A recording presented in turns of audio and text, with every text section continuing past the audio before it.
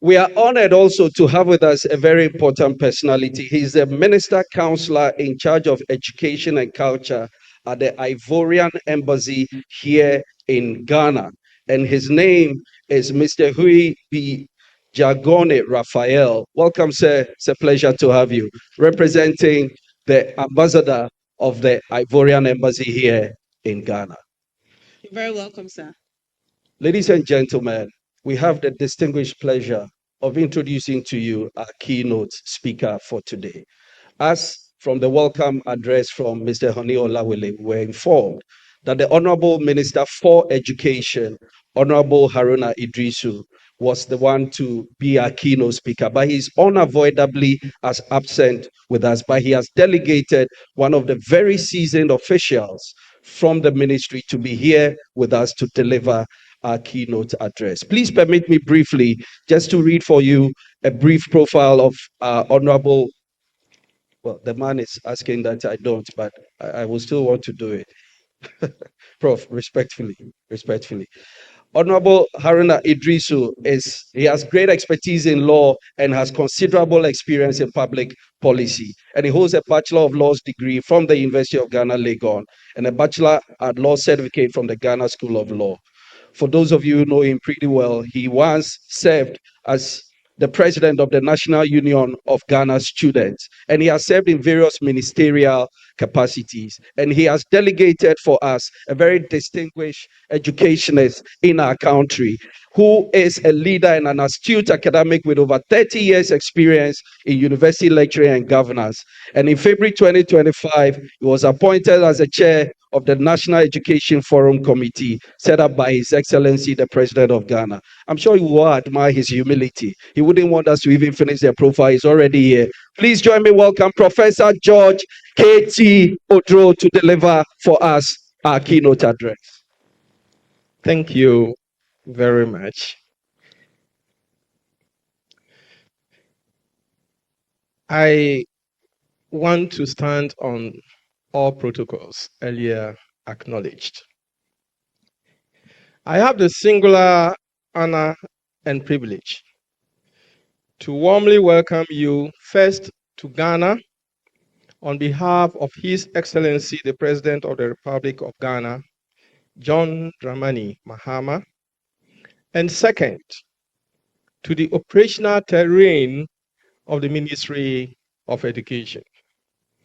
I do so on behalf of the Honourable Minister for Education, Lawyer Haruna Idrisu, who conveys his profound appreciation to the organizers of the 2026 African Education Summit under the leadership of Mr. Oni Olawule. Am I right?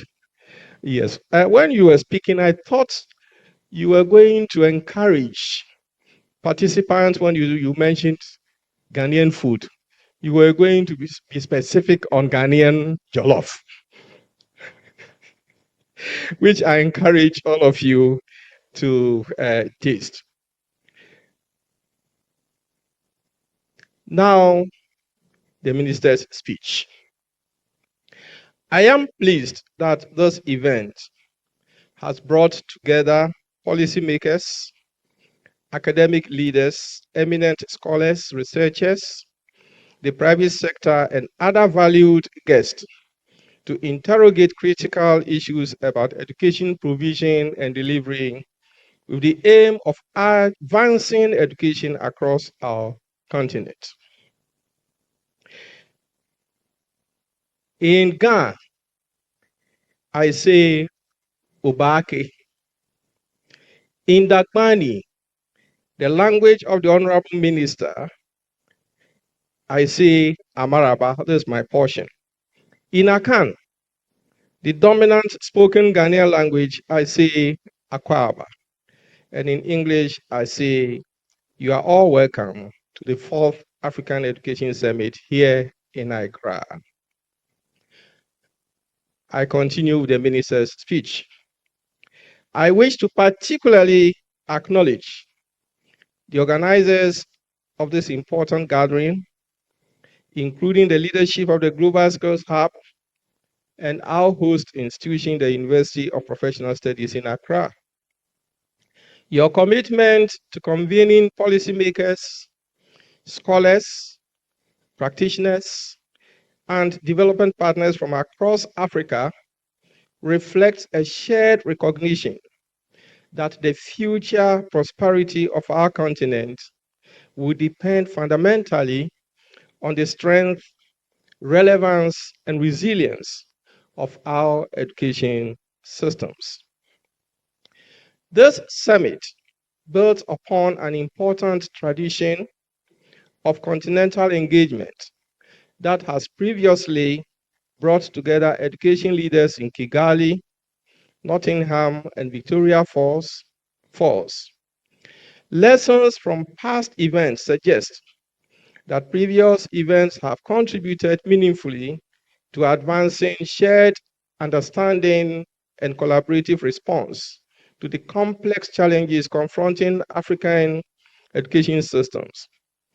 In this light, it is my high conviction that the fourth African Education Summit represents not merely another conference, but a continuation of a continental movement committed to transforming education through innovation, collaboration, and visionary leadership. Distinguished participants, the theme for this summit, Advancing Educational Technology Integration in African Education, a unified roadmap for action, could not be more timely. We are living in a century characterized by profound technological transformation. Digital technologies continue to reshape how societies function, how economies operate, and how knowledge is created, shared, and applied. Education systems across the world must therefore evolve in response to these changes. Technology today influences every sphere of human activity, including education, agriculture, healthcare, commerce, governance, law, security, and communication. At the center of these transformations lies education. Education remains the foundation upon which national development is built. It follows, therefore, that education systems across Africa cannot afford to remain detached from technological progress. If Africa is to harness the opportunities presented by the digital age, then our classrooms must evolve from traditional spaces of knowledge transmission into dynamic environments where technology strengthens teaching, expands access to learning, and equips young people with the competencies required to thrive within a knowledge-driven global economy. As Minister for Education, I remain firmly convinced that education must function as the great equalizer within our societies. Educational technology, therefore, must not become the privilege of a few institutions or urban communities. Instead, it must serve as a powerful instrument for expanding opportunity to every child, irrespective of geographical location or socioeconomic circumstances. In Ghana, the government, through the Ministry of Education, continues to pursue an ambitious agenda aimed at positioning educational technology at the center of national education transformation. Our objective is to build a quality and equity indexed education system that is innovative. Years recorded notable progress in the integration of educational technology through a coordinated set of digital initiatives led by the ministry and its agencies, including the Ghana Education Service, the National Council for Curriculum and Assessment, the National Teaching Council, the National Schools Inspectorate Authority, the Technical Vocational Education and Training Service, TVET, and the Center for National Distance Learning and Open Schooling. A central component of this transformation is the deployment of subject-specific artificial intelligence applications across senior high schools in the country. These applications, developed in collaboration with partners such as the Transforming Teaching, Education and Learning, TTEL, and the MasterCard Foundation, are designed using Ghana's national curriculum materials to support teachers in lesson preparation, assessment development, and classroom delivery, while strengthening learner engagement and ensuring alignment with national standards and values. Complementing this effort is the operationalization of the National Transcript Portal, a digital assessment and data management platform that enables schools to upload continuous assessment records electronically. This system has strengthened central verification of assessment processes while allowing the education system to monitor attendance patterns and detect anomalies in learner performance data across schools. Ladies and gentlemen, access to standardized teaching and learning resources has also been expanded through a curriculum microsite, an online repository that allows educators across the country to download curriculum materials and teacher guide manuals approved by the National Curriculum Authority. Our professional learning community framework therefore continues to support teachers across the country in developing digital competencies and integrating technology into teaching and learning processes. Distinguished guest participants, despite these encouraging developments, we must acknowledge that Ghana, and by extension, Africa, continues to face significant challenges in achieving equitable digital transformation within education systems. Many communities across our continent continue to experience limitations in digital infrastructure, connectivity, teacher training, and access to locally relevant digital learning resources. The big question is, how can Africa leverage on its natural resources and talents to address these challenges through African lens? The African Education Summit, in my view, provides an important platform for advancing dialogue and collective action in addressing these shared challenges. A summit of this nature unites governments, universities, development partners, technology innovators, and education practitioners to create an opportunity for designing practical and coordinated solutions for integrating technology within African education systems. The government of Ghana firmly believes that effective partnerships among governments, academic institutions, development partners, and the private sector will remain essential in building resilient and technology-enabled education systems across the continent. As we deliberate on critical education issues at this summit, I encourage participants to focus not only on ideas, but also the future of education in Africa. Let's remember that The future of education in Africa depends on our collective ability to translate dialogue into implementable strategies that improve learning outcomes, particularly in relation to practical activities.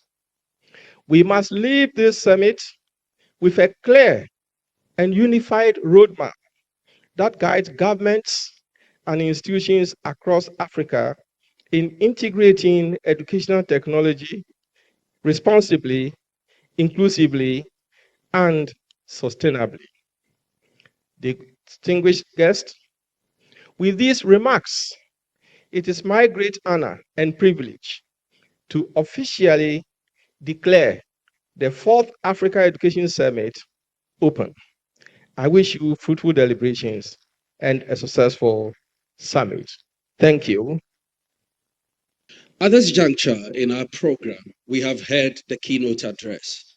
We want to listen to the keynote lecture, which will also emphasize on our theme for the fourth Africa Education Summit. And the distinguished Vice-Chancellor who would be delivering the speech is a distinguished electrical and energy systems engineering professor who also is a current president of the IEC National Committee of Ghana. He is a fellow professional engineer with the Institution of Engineering and Technology Ghana and a senior member of IEEE. And he earned his first and second degrees in 2006 and 2009 from the University of Ahome, Calavi in Benin, and a PhD in energy systems. I think the guests at this year's summit, they belong to another level, and they are teaching us the servant leadership that we need to learn here in Africa. We are blessed to have Engineer Professor Amevi Acakpovi, that's the Vice-Chancellor of Ghana's largest technical university, Accra Technical University. In Ghana, Nigeria, Zimbabwe, Uganda, South Africa, and all others present here, policymakers, development partners, educators, ladies and gentlemen, a very good morning to us all. Good morning to us all. Maybe perhaps you speak French, because I've heard a lot of people saying French people should go this side. Bonjour, comment allons-nous? Ah, merci beaucoup. Let me begin with a very simple question to you. Remember, mine is a lecture, it's not a keynote speech, so I will engage you a bit. And I crave your indulgence to allow this. My first question, because I'm going to have a lot of questions, is that we have realized that Africa has invested in education technology for decades. Currently, we need to be careful about how we go about measuring impact. Impact is not measured by the number of laptops we put in the classroom or we distribute to the students. It's not also measured by the number of platforms we launch. Impact is not measured by the number of students we train. But most importantly, in the measurement of impact, there is that one thing that we cannot do away with. It's called performance. The person so trained, how does he perform? That is how we measure impact. Is the person able to use the knowledge and the skill that were imparted onto him to make a transformation? Then you say that you have succeeded. Otherwise, it is an illusion. Let me put it that way. And here again, a lot of evidences raise concern. In many sectors, graduates still require extensive retraining before they can function effectively in the industry. These touch on performance. After you train the student with so many initiatives, the student cannot just go and perform the work in the industry. They need to be retrained necessarily before they are able to perform. Employers across fields and trending fields like engineering, ICT, and technical services have been frequently reporting mismatches, okay, particularly in practical problem solving and hands-on competence. Every time when we have a forum discussing with industry, you hear a lot of mismatches, and that's a concern. In basic service areas such as maintenance, installation, digital service delivery, and technical operations. And these are the things we come across every day. You wake up, your light is not functioning, your car is not moving, something is not working, and you need maintenance. Again, we don't trust ourselves. Even though we have delivered so many auto mechanics on the market, we sometimes even doubt whether we really have to give our car to some of them to touch. You see, because there is poor quality, there is doubtful efficiency, and whether the people are innovative to really bring the solution we expect. Despite exposure to digital tools, many graduates still struggle to translate knowledge into real-life productivity in an enterprise, especially enterprise creation. Today, permit me to say that if you go to educational institutions, everybody carry one word, entrepreneurship. We are number one. Now our students are able to do, but in reality, after you have taught so much entrepreneurship, you have undertaken so many initiatives, gotten grants and other things. The student is still outside begging for job. Is the student capable of creating that job? That is how we measure the impact of your initiatives. And it's really unfortunate up to now. Unemployment and underemployment among educated youth remain highly significant. People don't get a job, or they get a survivor to pay for transportation in and out, and what it takes to eat gobe, and then the money is finished. I hope you know what is gobe. I will talk about it. It's a whole speech on it later. It's only found in Ghana. Anyway, today I stand before you not because I'm here to celebrate progresses made here and there, but to challenge some of our assumptions and then to think about how we could reset to achieve the impact so desired. Because the future of Accra, of Africa's education, for me, will not be determined by how much technology we adopt, but by how intelligently we integrate this technology into the people we are training. And this explains the subtopic on which I would like to do this 30-minute presentation. And the simple word you need to keep in mind is from access to impact. From access to impact, rethinking the integration of education technology in Africa. From access to impact. We seem to focus too much on the access, forgetting the impact, which is the most important thing. What is the reality? Across Africa, we often measure success in numbers of tablets we have distributed, numbers of schools that we have connected. And I'm not talking of Ghana, I'm saying Africa. Numbers of platforms we have deployed. But let us be honest, access is not impact. Connectivity is not learning, and technology is not yet transformation. You can give people a lot of technology, but in many classrooms, these devices are underutilized. It will surprise you, we visited, I wouldn't call it an audit, we visited an institution for which equipment were donated 5 years ago in a certain specific area, having expressed the need for those equipment. And then, yes, the donor, the funds were provided and the equipment were provided. And 5 years back, later, we went to visit just to see how those equipment were used and realized that some were still in the rubber. They have not yet been removed. They have not yet been put into use. Yet, there are technicians working there every day, and they were trained on those equipment initially when the equipment were installed. But see, the simple thing they say is that they have forgotten about the training. And they don't know how to operate this equipment. So they come and watch it. They use it to embellish the lab ornaments, okay? It's good for aesthetic. When people come, oh, we have this equipment with boats of names, yet they have never been used to train even one student. No impact. That is what we have to be careful about. Because if everything is fine, you still see a difference between people trained from the other side and people trained from our side. People trained from our side can speak about 1,000 knowledge of things, yet they cannot do one. And the others can speak of few things, but those they speak about, they are able to do them. So something fundamentally ought to be done when it comes to impact of education.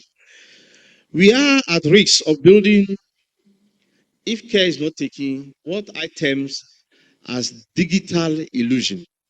Digital illusion. That is system that look modern. They look beautiful. They are for the aesthetic of the lab. When you come to Acakpovi, we boast of a computer of 100 computers. We have this, we have that. It's all look beautiful, but in reality, they are not even used. There's no impact. They don't improve learning in any manner. Learning should be our focus. How we can improve learning. If learning is improved, the student gain confidence, the student gains skills and competencies, and deliberately can push towards doing something in society, rather than sitting to look for a job. He doesn't even know from where it will come. Yes, I will not stay on talking about this only. We are in the age of technologies. And this talk is not to say that we should stay away from technology. No. There are some minimal technology that in today's we need to have in the university, in the classroom, to improve our delivery. And if those technology are not there, I think we'll be lying to ourselves. We have seen exactly what happened, the aftermath of the COVID-19, where educational institutions have to accept a lot of digital platforms. The spirit has gone down now. They have come back to square one. They have abandoned a lot of things, or some of the things are there, they are not used, as I was mentioning. But then let me just touch on 7 important technology. I think that despite all that is happening, as educational leaders, we should keep our eye on them and manage to keep them alive in our institutions. Number one, and they are very basic things. Number one, I think you need to insist, maintain, and ensure that you have a learning management system working. This learning management system, a lot of people have it. Their platform they develop on Moodle, Canvas, and Go. They are those platforms that ensures that the student has centralized access to course material all the time, assignment and assessment. It helps a lot, especially in circumstances like Africa, where we have a lot of people in the classroom and sometimes you cannot be very sure of attendance and things. Students have a chance to always see what has taken place in classroom, to read again and to solve questions and do things like that. It enables blended and remote learning and support continuous tracking of student performance. Very important technology to keep. University without such a technology is doubtful today. The issue of AI, I think the time of the debate is past now and the time of action has come. The debate, we shall not accept ChatGPT in our education. Students will copy project, they will generate and give to us. The debate is over. They talk of responsible AI usage. Policies have been adapted worldwide to allow students to responsibly use this AI platform to do the needful. There is a new form of thinking. Once in the previous day, you critically think from your brain to produce solution to all problems, they have adapted to include, AI solutions in addition, but guided AI solution, not solutions just copied and pasted without understanding. You have to guide the solution you expect and produce it in a manner that is beneficial to everyone. So the time is past. You cannot say you are not using. You must use it. Use it responsibly. Number 3, due to limited resources, and I will touch on something in this speech that explains this number 3 very strongly. I will talk of virtual laboratories and simulations. We are limited in terms of resources. We don't have the resources it takes. Even if the country decided to provide all that is needed for all the program each educational institution is running in Ghana, I think the whole country will collapse. It's true. Yes, start from electrical, mechanical, civil, establish lab for them, then move into all the other. You realize it's not possible. You finish here, you go, the whole budget of the country will collapse. It's not possible. You do the little you can. You need to come together and share resources, and this is not possible if you don't install the platforms of virtual laboratories and simulations, especially in STEM education. This is another important thing we need to look at. The smart classroom and interactive board as point 4. It's very important to keep this in classroom. We were lucky, privileged to install some of these smart board in class. But then when you go around, sometimes you see the lecturer and the student agreeing to bring the blackboard, and put it on the smart board and continue the old way.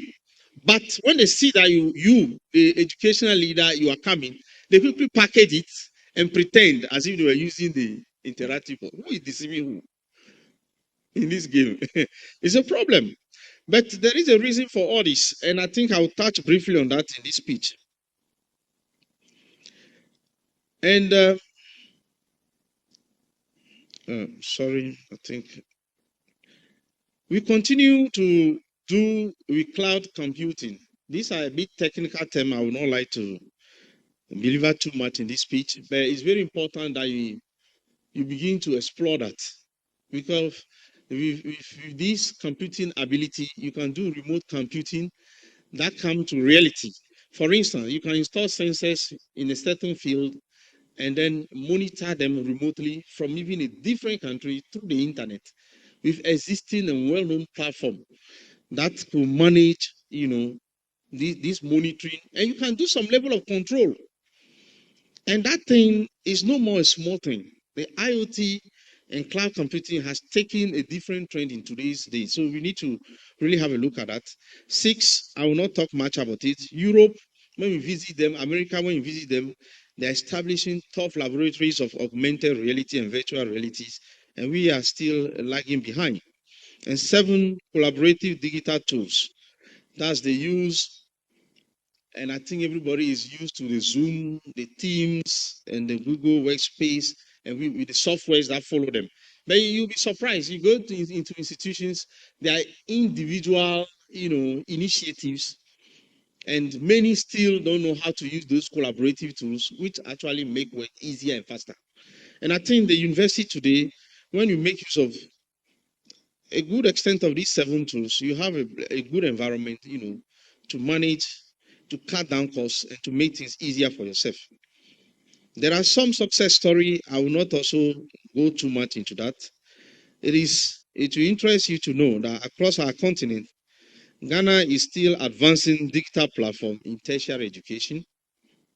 Rwanda is integrating smart classroom and digital literacy.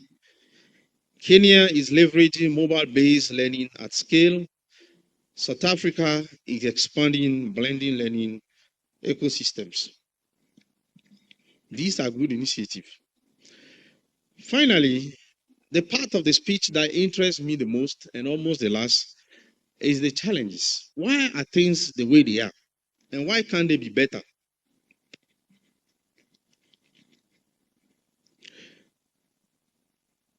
Because the challenges we face are not technological necessarily in nature, yet we are looking for technological solutions right, left, center. The problem we have, in my view, they are systemic, in the sense that they touch on many things and a whole system that need a complete overhaul.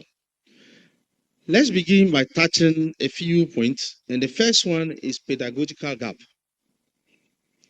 Technology is introduced without transforming teaching methods. And teaching method is very important. For instance, if you go into project-based learning approach, which is mostly advised with competency-based education these days, it requires a lot of transformation, even right from the trainer and the approach with which students are trained. There are these proverbs that people like to say. Tell me and I forget. Teach me and I may remember. Tell me and I'll forget easily. Teach me and I may, meaning I can keep it, I may remember. But involve me in doing it and I will learn. Or let me do it and definitely I will learn. There are thousands, I am an example for myself, there are 1,000 courses we have attended.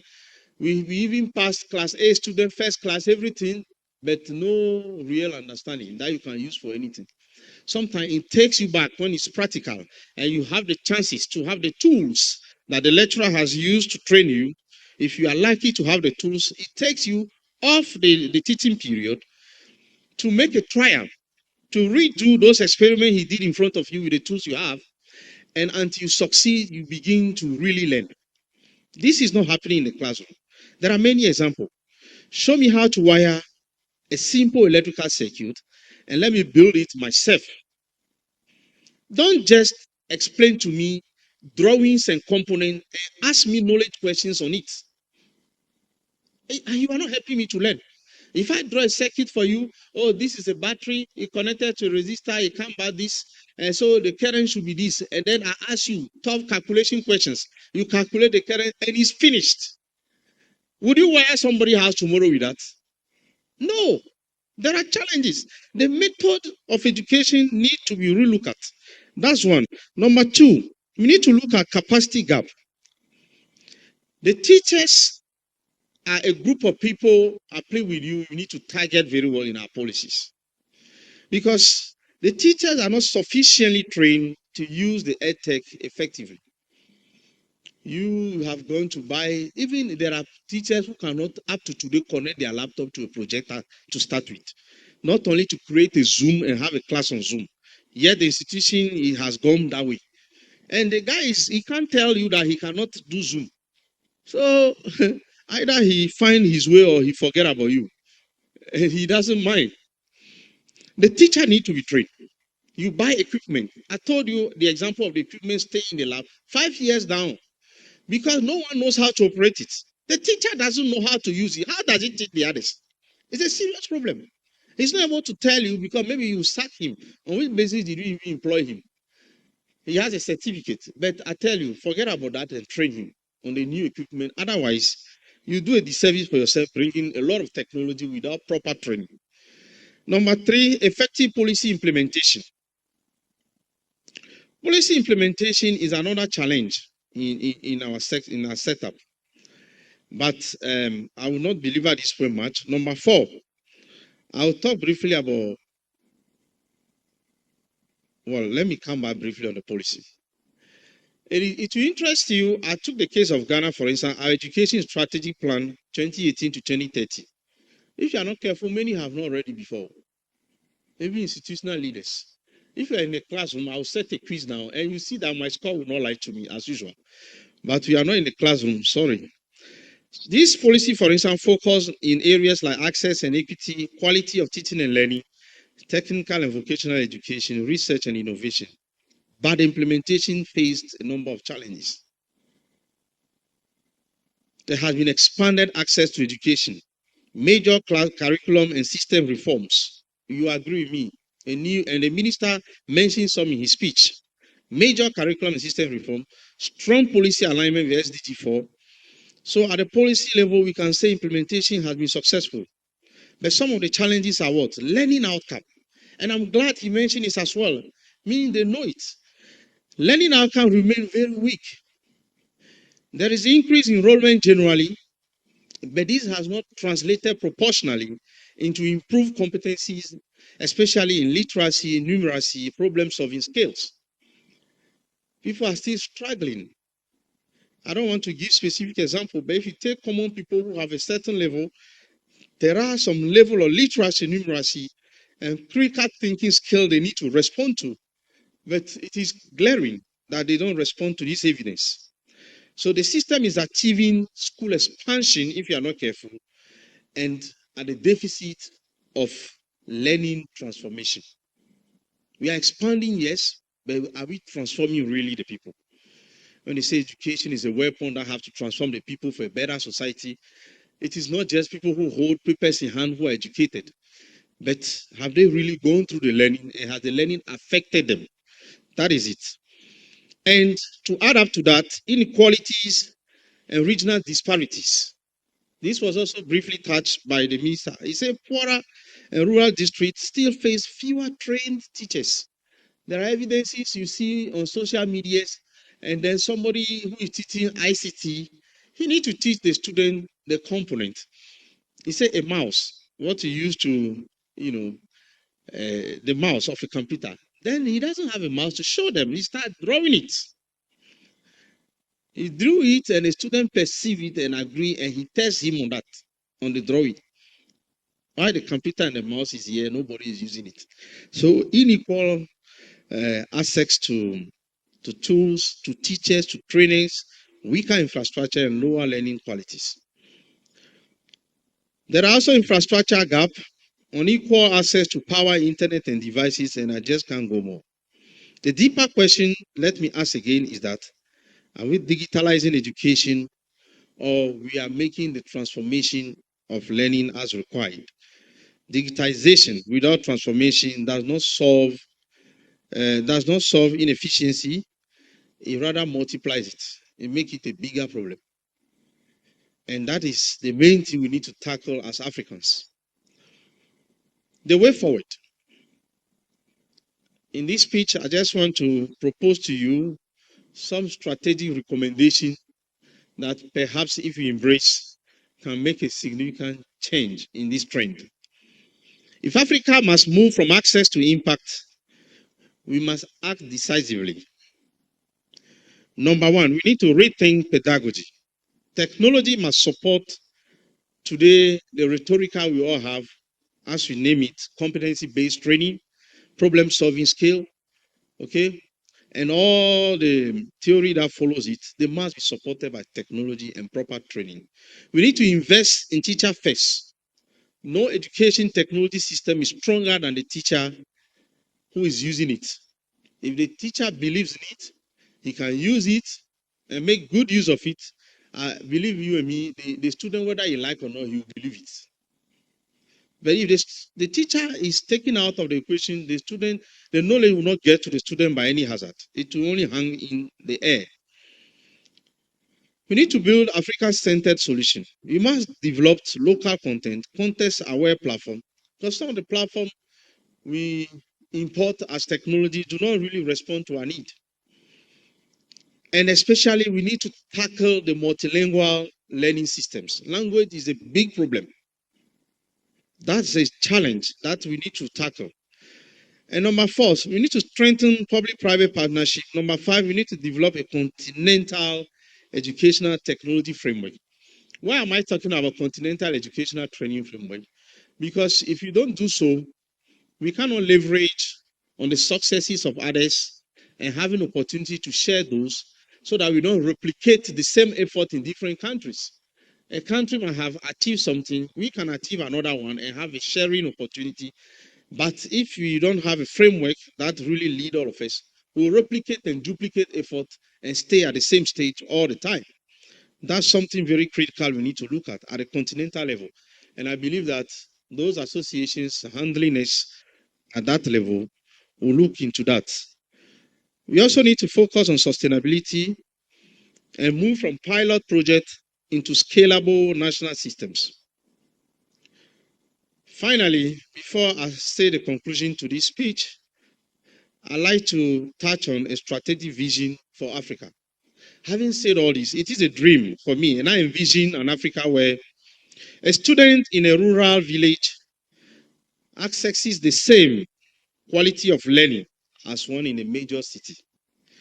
That a teacher is empowered by technology, but not replaced by it. Think not to replace the teacher, think to empower the teacher. That university become hubs of innovation and not just knowledge transmission. Otherwise, it's really disturbing to have students holding university certificates, yet they cannot perform in the world of work.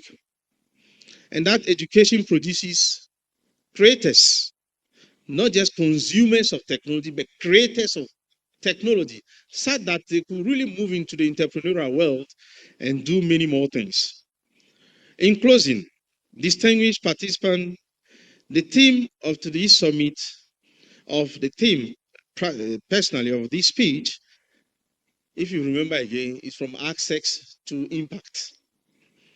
The decision we make today, the theme I've touched it briefly because of limited time, but there are more to say if you have the opportunity. But I believe that you have gotten the message and that you take the necessary decision that supports the right direction for Africa. The decision we make today will determine whether Africa becomes a consumer of global knowledge or a producer of innovation for the world. Let us move from pilot to scale and from adoption to integration, from access to impact. The future is being designed and Africa must be part of that design. You are not part of that design, you consume. And when you consume not necessarily what fits you best, but what is available. And that must be avoided. Let us rise to the occasion. Let us lead boldly and let us transform education, not incrementally, but fundamentally. I thank you very much for listening to this speech. Thank you.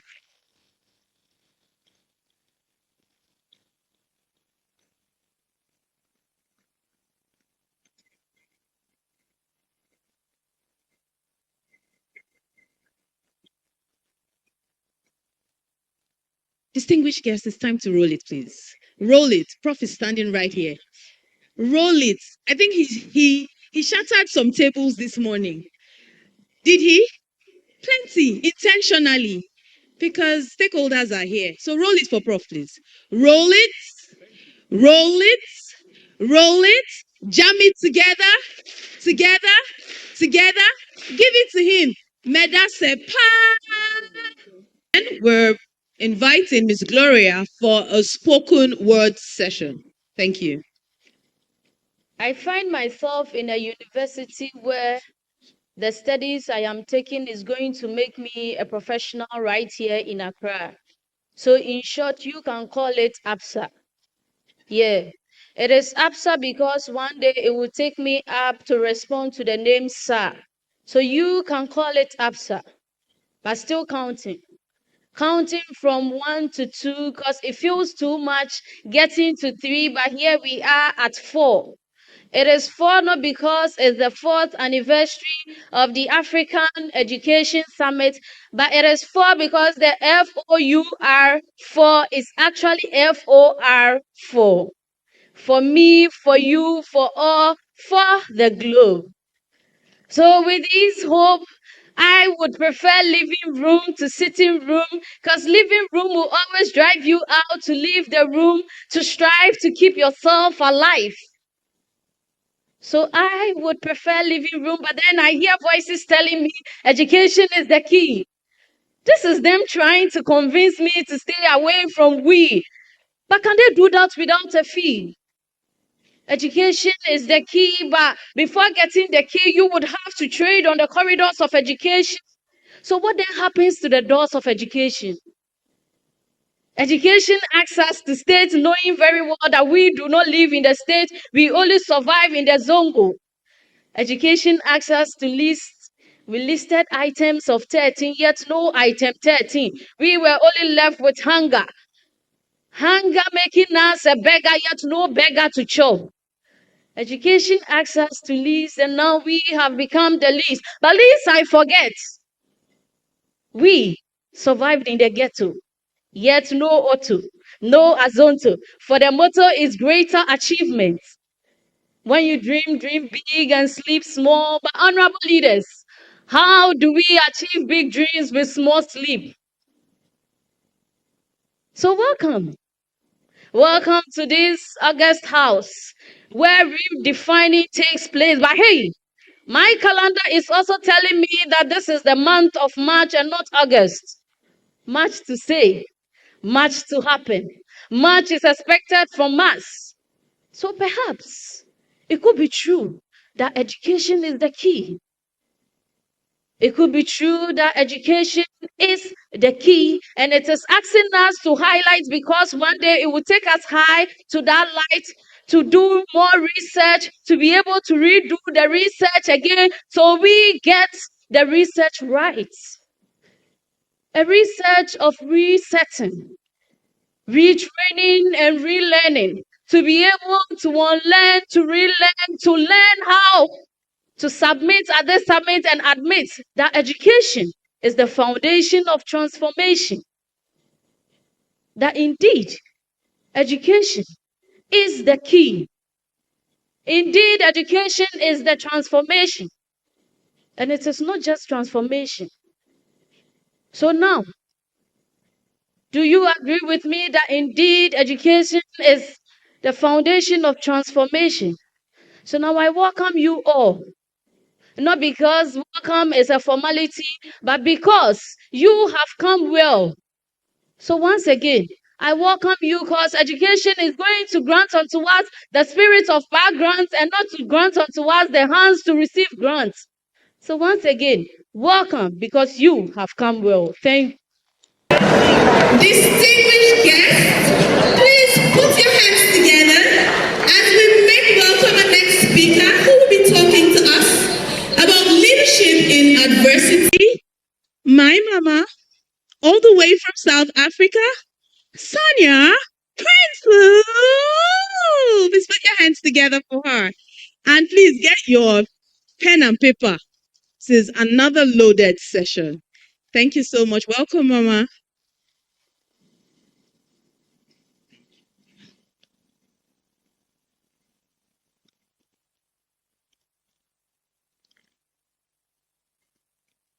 Good afternoon, everyone. Greetings from South Africa.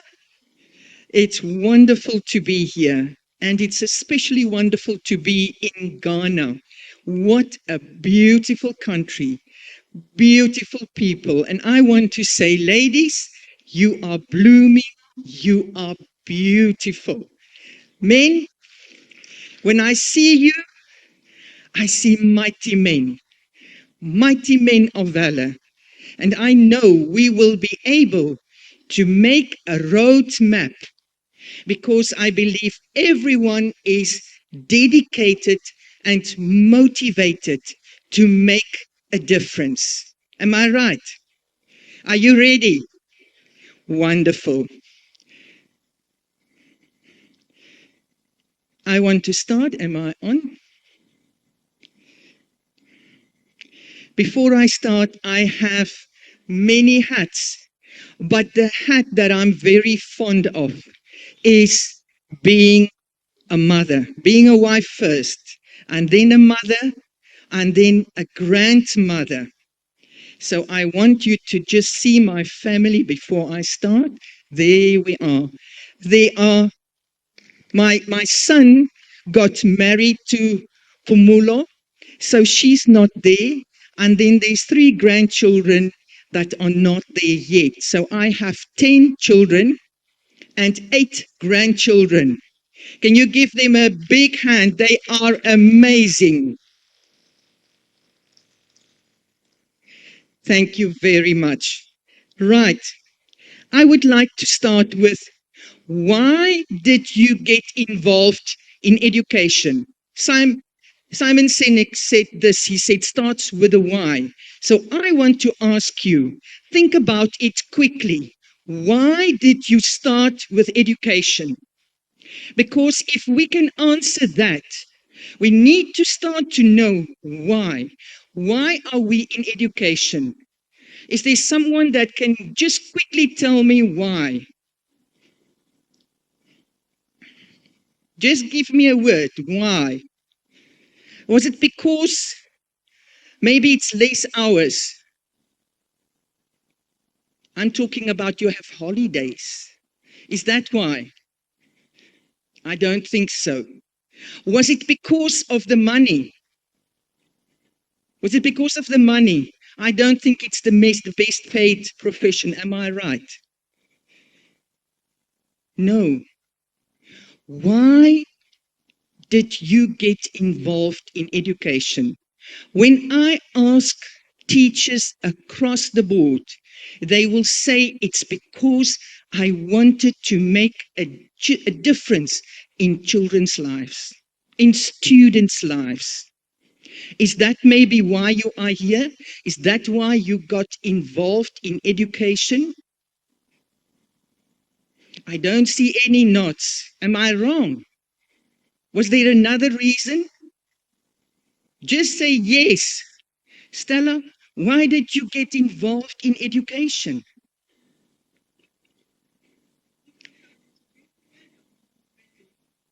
Yes. Impart to the students. So it means that's for the students. Am I right? Thank you very much. That's our mama from Nigeria. Give her a big hand. Right. So we are in education, I believe, because we want to make a difference in students' lives. The next thing I want to ask, again, the why. Why are we here?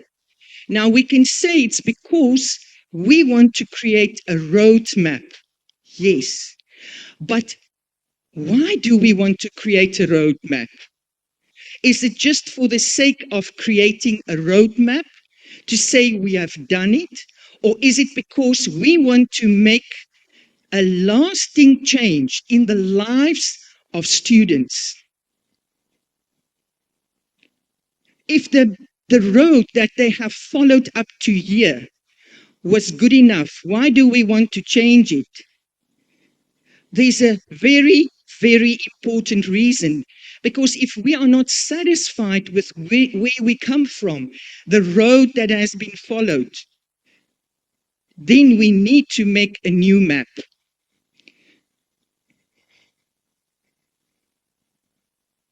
So we need to stick to our core business. That's very important.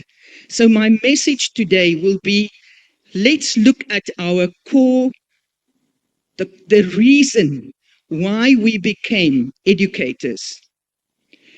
I would like to look at the OECD has pizza. Pizza is not a pizza that we eat, but it's the program for International Student Association. Now, they have made some research, and we see the statistics. It started in 2000. But before that, I want to ask this question.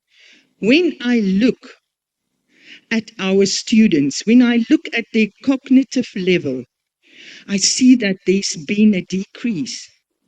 When I started, I am in K-12 education, and we had programs.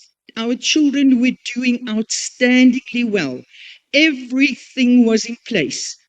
But since 2015 specifically, we had to take away some things in every grade because the students could not cope with that standard anymore. I don't know if you have experienced that. We had to give them less in this, less in that. We had to lower some things. We tried everything, but we could see that these students cannot cope with the standard that was in place in the past. If I look at this auditorium, I see amazing men and women that were born before 2000. And I think you did great. But if I look at some of our young people, this generation, I'm very concerned because there are certain skills that they cannot do.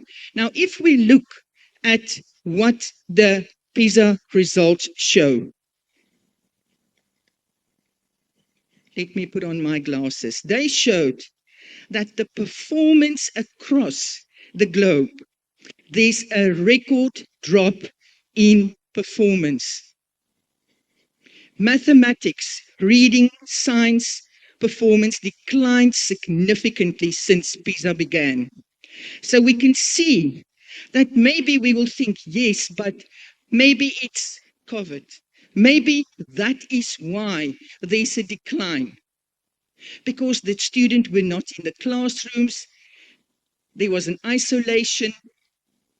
But if I look at the results, it started in 2000. Now, if we look at that, we see that there has been a decline since 2000. In 2003, look at the decline in reading and mathematics. Then we go to 2006, and we see another decline. 2009, there's a little bit of a lift. Then we go to 2012, and we see that mathematics declined, and there's again a little bit of a lift in reading. But then from 2012, that's way before COVID, we see a decline in 2015, and another decline in 2018. This is very serious, because if there's a decline in cognitive performance, economists call it the human capital tax. That means it has an impact on economy, transition from a production economy to a service or a debt economy. Social, it's widening the wealth gap and a loss of cohesion. Sovereignty, becoming a dependent state, relying on foreign expertise. This is very serious. And this PISA, the OECD, has 38 countries across the globe where they do their assessments on 15-year-olds, focusing on maths, reading, and science. And this is their findings. This is really serious, because if we cannot find the solution, there will be a further decline. They did another test in 2025, but the results will only be available at the end of 2026. So I would like to see what the results will be. But if I look at research and I look at statistics, there's been throughout the globe a decline in cognitive performance. So today I want to talk to you about a book that I read, and I want to apply it in my own life. I want to be vulnerable before you, and I want to give you my mistakes. What did I do that did not work? And how can we move out? If we look at the book that Jim Collins wrote, Good to Great. I don't know if you read that book. It's an amazing book.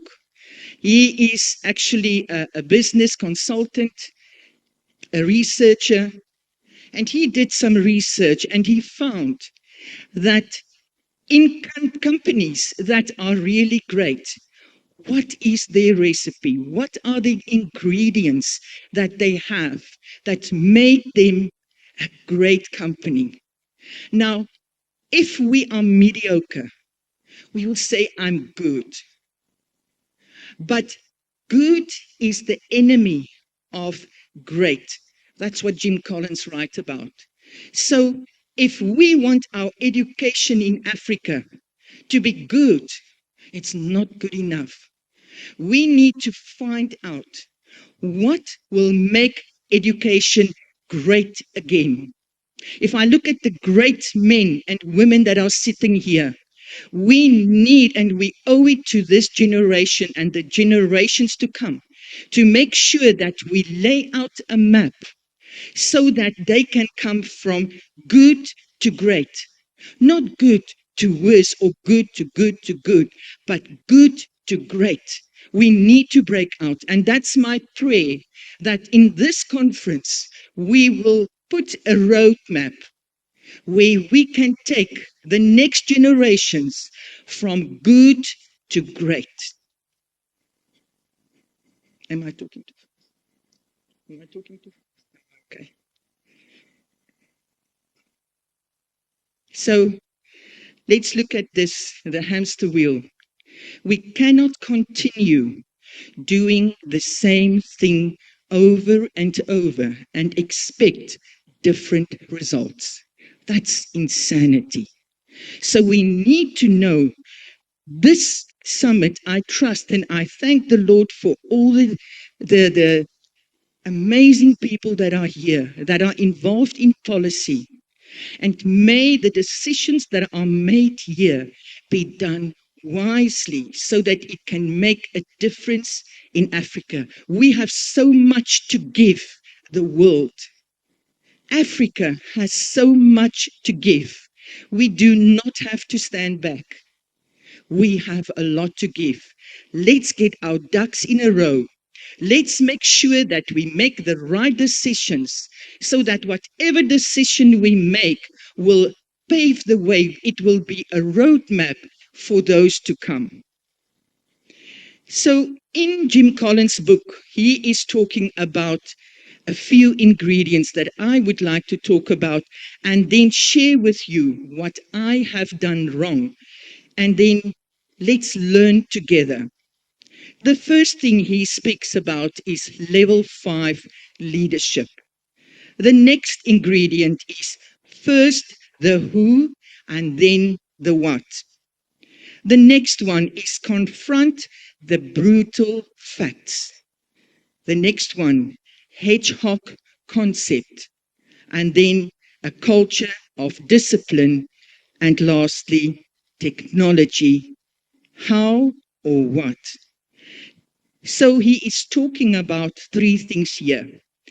Disciplined people, disciplined thought, and disciplined action. If we want to lead the next generation into greatness, this is what we will need in our leadership. So for us to go from a build-up to a breakthrough to greatness, let me share with you some basics. First of all, if we look at this learning model, so I want us to just lay down the basics that we understand what is learning. So here we have a communicator, we have the content, that's the textbook, and we have a class. First, that's the teacher. We are now talking, the first principle I want to talk about is first the who, then the what or the how. So that's the learner. And the next one is the subject. So usually we do it, we lecture, the teacher or the prof or the lecturer will be lecturing and the student will be listening. Words will be communicated and the student will write down. And this leaves a bit of passivity in the middle. So what I want us to look at today is that teaching was never supposed to be like this. I want to tell you a quick story a prof told me. He said to me that his first day in the class, and he had these students, he was new at the university, and then he knew that his first day will be so important. They sat down and he immediately started to teach. Point 1, da-da-da-da. Point 1.1, and he go on. And the students was writing, so he followed this roadmap. He was lecturing, and they were listening. He was speaking words, and they were writing down. 20 minutes into the lecture, he said, "Thank you. Now put your pens down. Let us write a test." They were very surprised and said, "But we cannot write a test now because we have not studied." And he said, "But why can't you do that? Because is not what I have done, I have taught you now. You are supposed to be able to give back what I have given you." So they wrote the test and they all failed. They were very disappointed. One brave girl at the back said, "Prof, are you going to use this?" And he said, "Yes, why not?" She said, "But we did not study. This is not fair." He said, "Well, I want to ask you, what happened that you did not do well? Did I do my job well? So if you would rate me, what would you rate me?" Nobody said a word because they are too shy. But he said, "But let me show you something else. Put your pens down and listen." So they put their pens down and he started to teach them so that learning can take place. He engaged them. He showed them wonderful things. We spoke about pedagogy and he showed them things. At the end of 20 minutes, he said to them, right, now we are going to write another test. And after that 20 minutes, they all passed.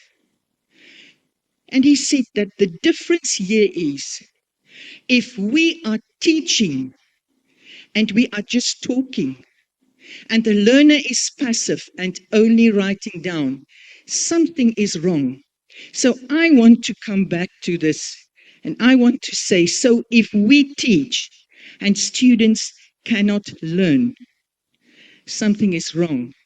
When we teach, our students need to say, wow, I get it, the first time.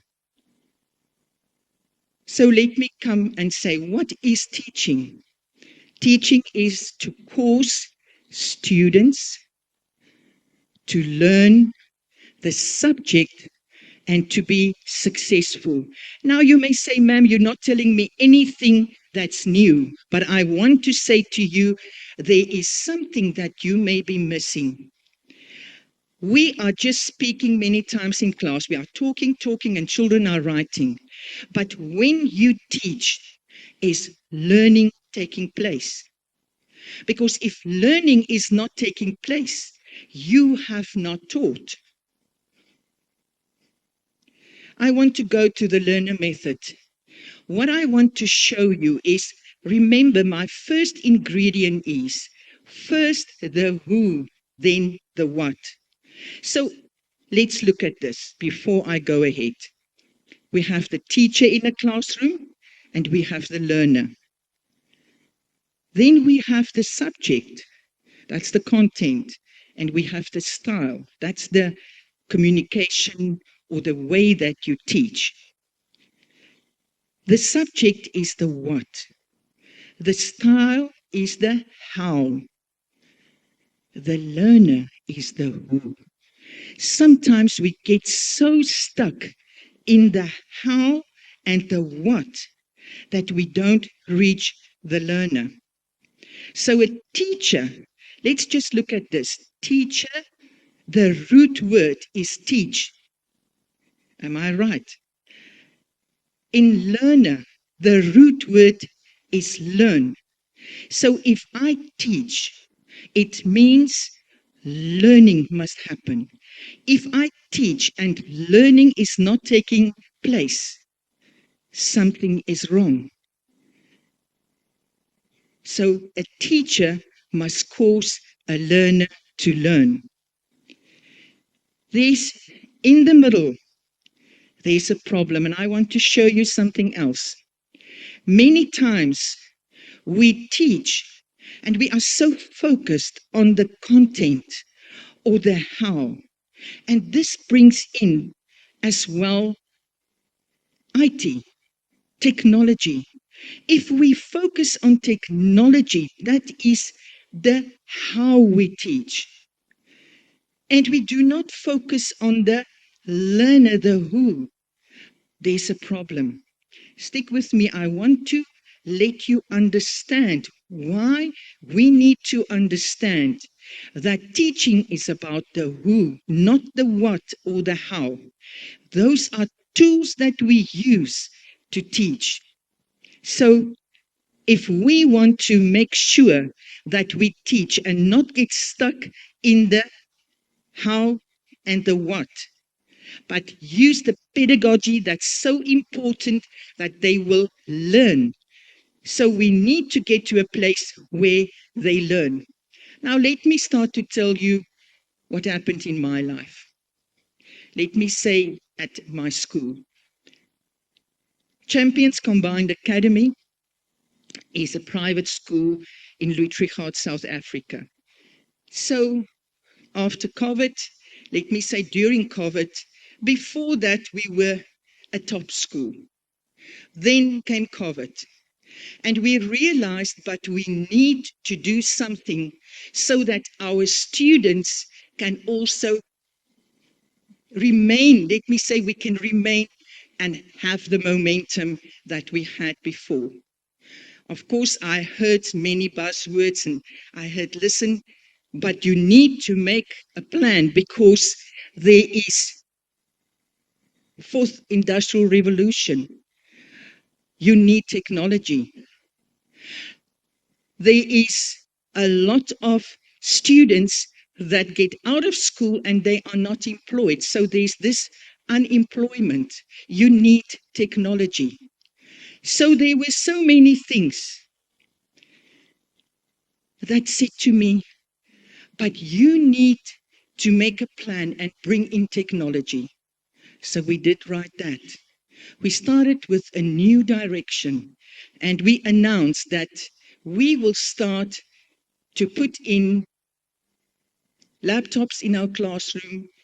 We changed from our curriculum that's in South Africa and we changed to an online curriculum with an exit, an advanced American high school diploma.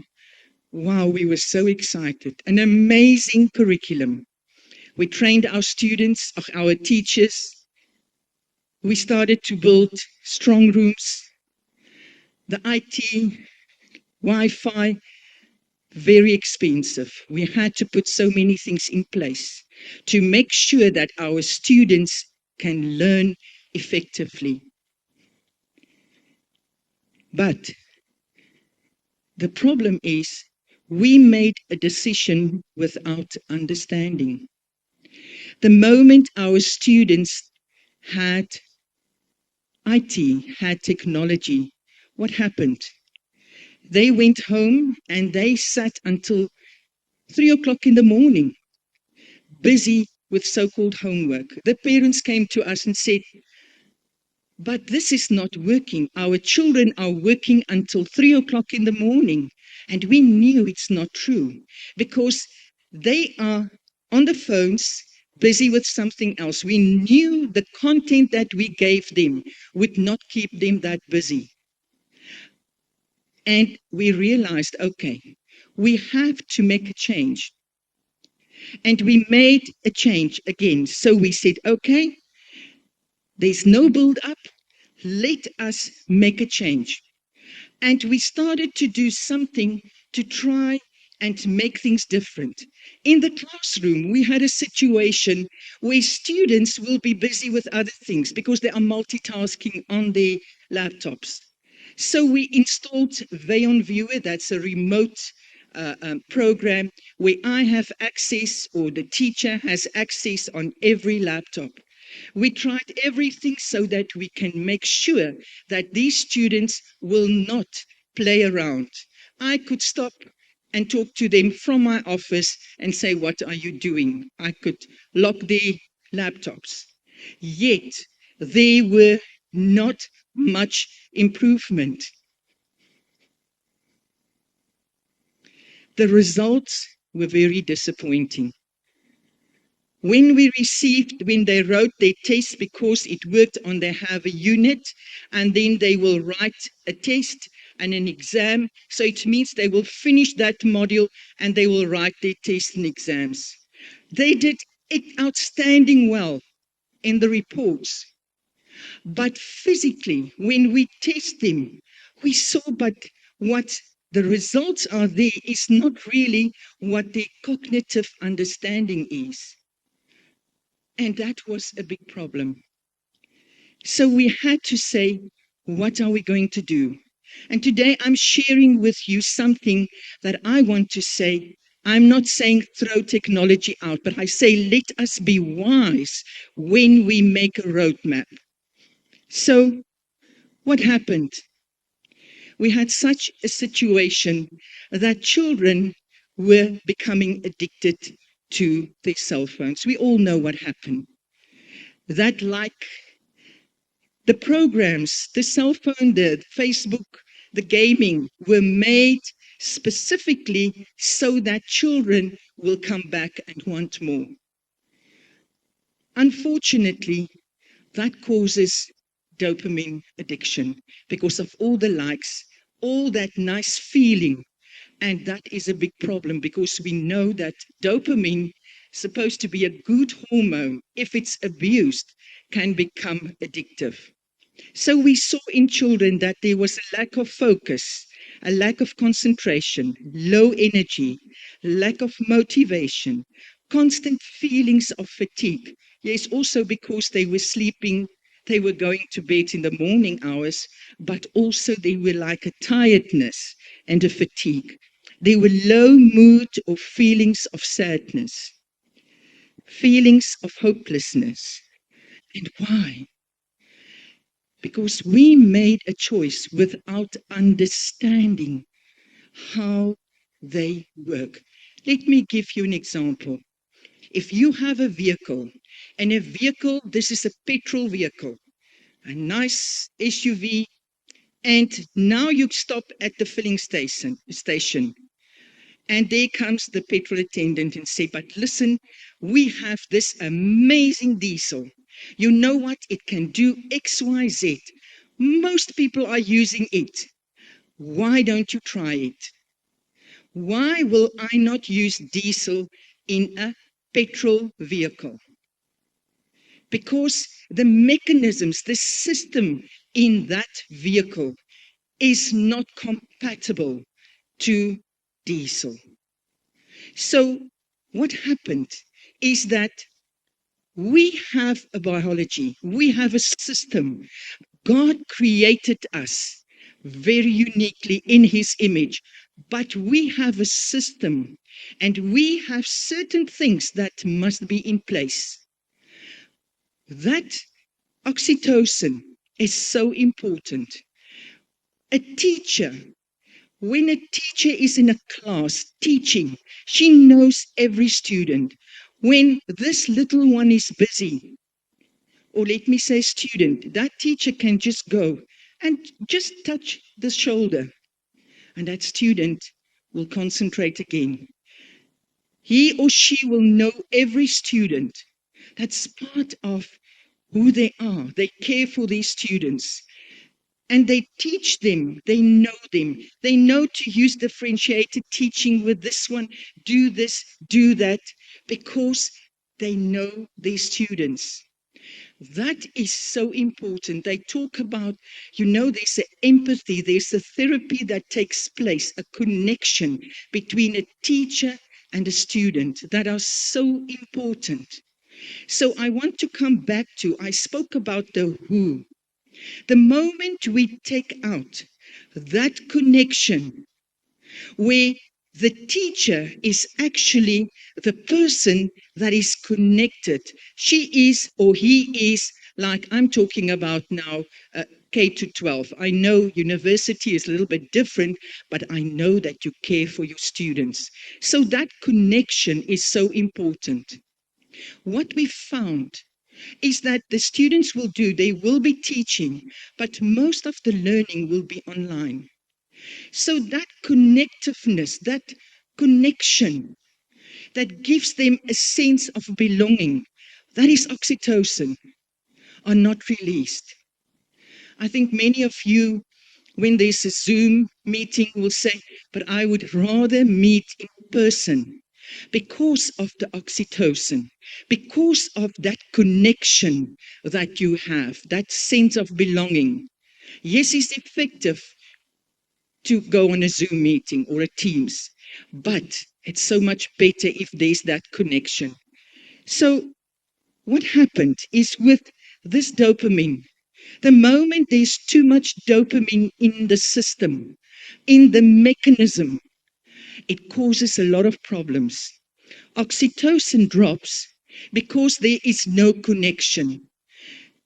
Another thing is when a student is in front of an iPad or an iPhone or a laptop, the screen, that screen time depletes the melatonin.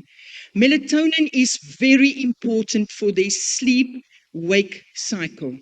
So what happens? That's where they are tired because they cannot fall asleep because of the lack of melatonin. Then it has another effect. It depletes serotonin. Serotonin is so important for well-being, emotional well-being. And that is what's causing a lot of anxiety. So the moment you have a lack of oxytocin, because of too much melatonin, because of connectedness and a lack of melatonin, there's a lack of serotonin.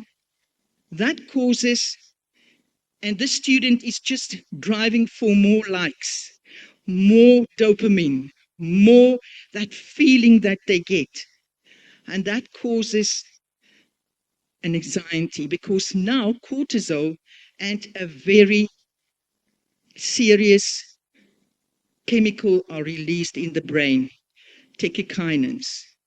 Those chemicals actually increase as they use technology. So the brain then regulates fear and aggression. It starts to increase. And their feeling of loneliness starts to increase. Students no more want to play outside. They just want to be on their device. So there are chemicals, hormones that are now not in balance. So how do we know this? We are living in an age where, you know, when your vehicle is not working, when I go and I see that there's no fire in my vehicle, it's not going fast, I will go to the mechanic, he will put on a diagnostic machine and say, okay, I see there's the mistake exactly. We have the technology. We have the science and the research that they have done. MRI scans, EEG scans, where they look at when a student is working from a book, certain connections, and when they are working from a digital device. What are happening? I cannot go into this because it will take a lot of time. So they have found that in the there's many things that they found. But what they also found is in the prefrontal cortex, there's where your executive function and takes place. There's a cognitive load, a cognitive overload, because of all the things that are there. Learning needs focused attention. What happens on a device? They are all over, quickly here, answering a message there, and that breaks that attention span. So I want to say, if we want to use technology, use it wisely. When we make this roadmap, let us be very wise, because technology is part of our life. It makes things easier. But let's be very careful when we use it in K to 12, because there's something that's not in place yet, and that's SRL, your self-regulated learning. If that is not in place, the students will play and not learn. I'm telling you, reading is going down. The data shows it. Reading levels, maths, science is going down because of that. Because students are not ready for a digital device. They see it as a toy. They see it as something to play with, because on their phones, they use it as a toy from a very young age. So I want to say, when we do this, let us look at the who first and then the what. Let's use it wisely. I want to go to technology as an accelerator, not a creator of momentum. Remember, do not. What did I do? I chased the buzzwords. AI, integrated classrooms, fourth industrial revolution, virtual reality, and so many more things. And I thought, this is the answer.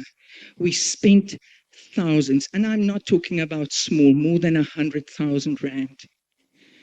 What we did even is we made all the units, we re-edited it and we put it in a book format to give our students so that when they go home, they do not have an excuse to be on their phones or on their laptops, but they can use these books.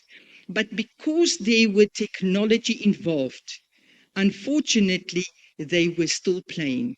So this was really a big problem. So my advice is use technology as an accelerator, not as a creator of momentum. So understand how these tools, the what, align with your core mission, the who. Make sure you understand how the who works. Oh, okay, let me rush. Technology cannot create greatness, but it can amplify momentum when aligned with clarity, discipline, and purpose. Remember, technology is an amplifier.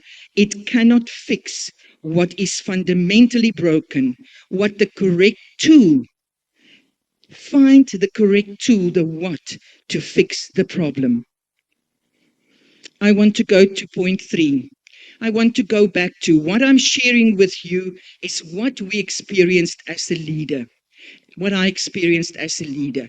What did I do? Because we are not there anymore. We are accelerating. We have a breakthrough. Certain things happened, and I want to share that with you. So what I have shared, let me go now to what does a leader do to get to a breakthrough and not a cycle of repeated failure, but have a breakthrough. So the third thing is confront your brutal facts, yet without losing faith. It's called the Stockdale paradox. Admiral James Stockdale was a captive. He was in the Vietnam War, and he was a prisoner for more than 7 years. He faced the brutal facts, yet never gave up. After torture, unimaginable things that happened, isolation, so many things they did to try and break their prisoners. He survived because he could face the brutal facts and yet not lose his faith. Many others just gave up and died. It happened, I think, even in the Holocaust. I think even in the Gaza war, we will see the same, those people that were taken hostage. So I want to say that when there are things, confront the brutal facts of your current reality, whatever it may be, and then retain unwavering faith that you will prevail. So what did happen? What does this has to do with me? I had to, because I realized things are going wrong. It's a cycle. I tried to correct something and it will just up and down again. And then I had to face the brutal facts to say, listen, this is not working. I had to change back to the old curriculum in the middle of the year. That was disaster, because the next thing that we realized, actually, let me say before that, is that our teachers, there were 4 teachers that were found that were cheating, because in the system, they already had the exam papers and the tests. So when we saw our students are not doing well, because they found a site like Quizlet, where they could get some answers of the tests. Then we put in pre-tests. So what happened is that we found that our teachers, 4 of them, was giving the test or the quiz or the exam as a pre-test, actually teaching students. And their results will be outstanding, but there's no cognitive understanding. Of course, in the middle of the year, I had to have hearings. Those were let go. 4 teachers resigned, so we were with 8 less. with back to a new curriculum. It was facing the brutal facts. And we said that this is because we believe that Champions Combined Academy, God has a plan with the school. It's about the students. It's not about the what. It's about the who. So we went back and we pushed. We pushed and we say the hedgehog. I'm going to leave this one because, now let me quickly do it. We said, what are we passionate about, our students? What can we do best? We can teach. That's what we can do best.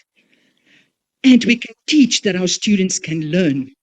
So we got back and said, okay, teaching students to learn the subject so that they can be successful. So we moved back and said, but this is what we're going to do. And our teachers started to teach so that students learn, not a passive, just focusing on the content. I want to come back. There's a fourth that's very important, a fourth ingredient, build a great team.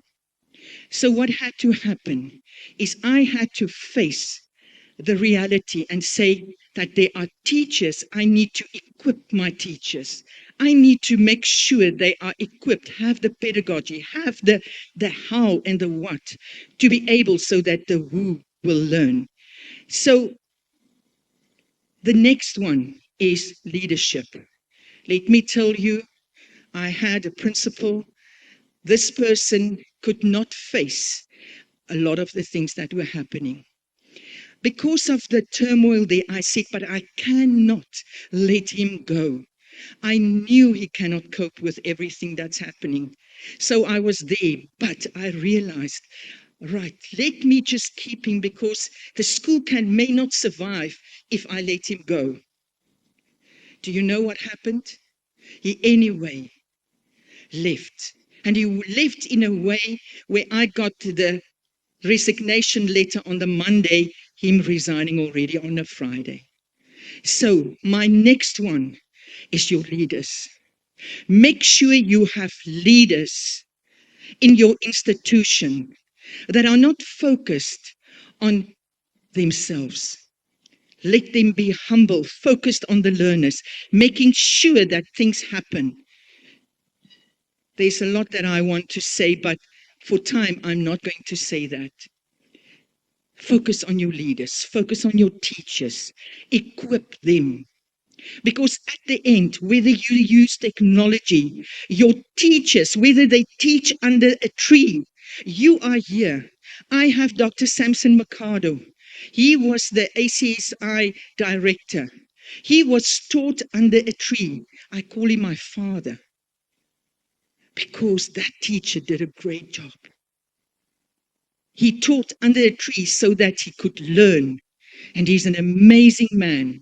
He's doing such great work. He has retired, but he has done such great work in Africa. So I want to say the next point, and the last point that I want to go to is a culture of discipline. This is very important. You need to make sure that your mission and your values align.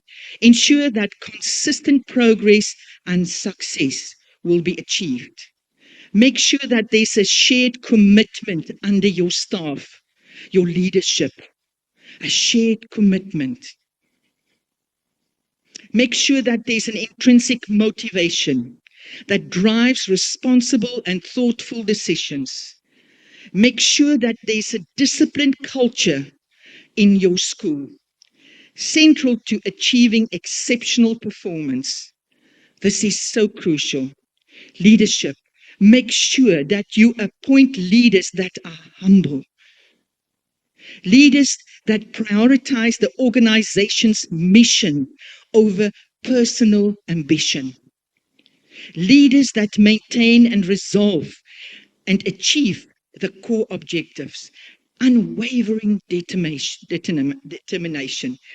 He speaks about to put the right people in the right bus on the right seat. I had to look at my teachers and say, and my leaders, because I could not bring in someone from outside, who am I going to make leaders? Who has these values? Who will be leaders? Equip them. Building a legacy.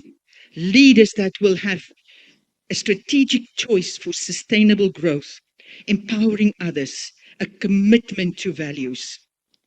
So, very important, know your staff. I know you do all these things, but I want to highlight them. I have the disc here.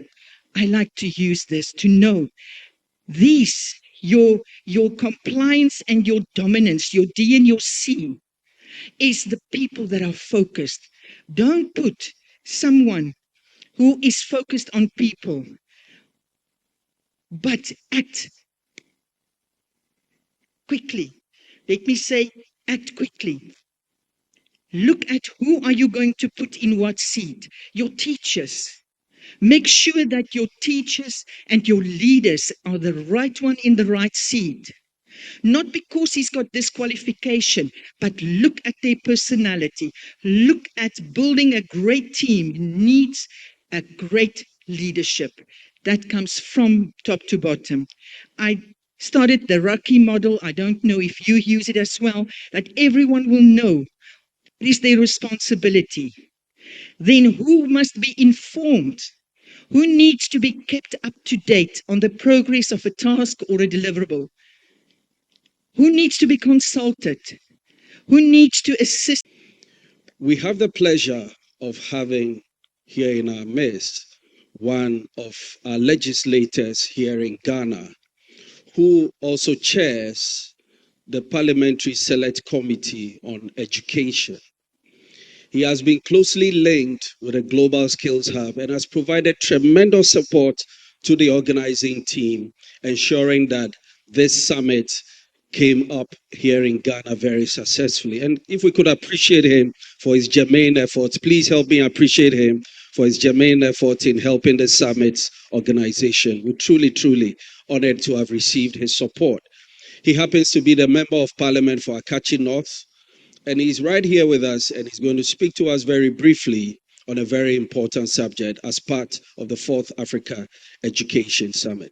Ladies and gentlemen, please help me welcome Honourable Nortsu-Kotoe from Ghana's Parliament and the chair of our Select Committee on Education to speak to us here at the 4th Africa Education Summit. Please, another round of applause for him as he comes up.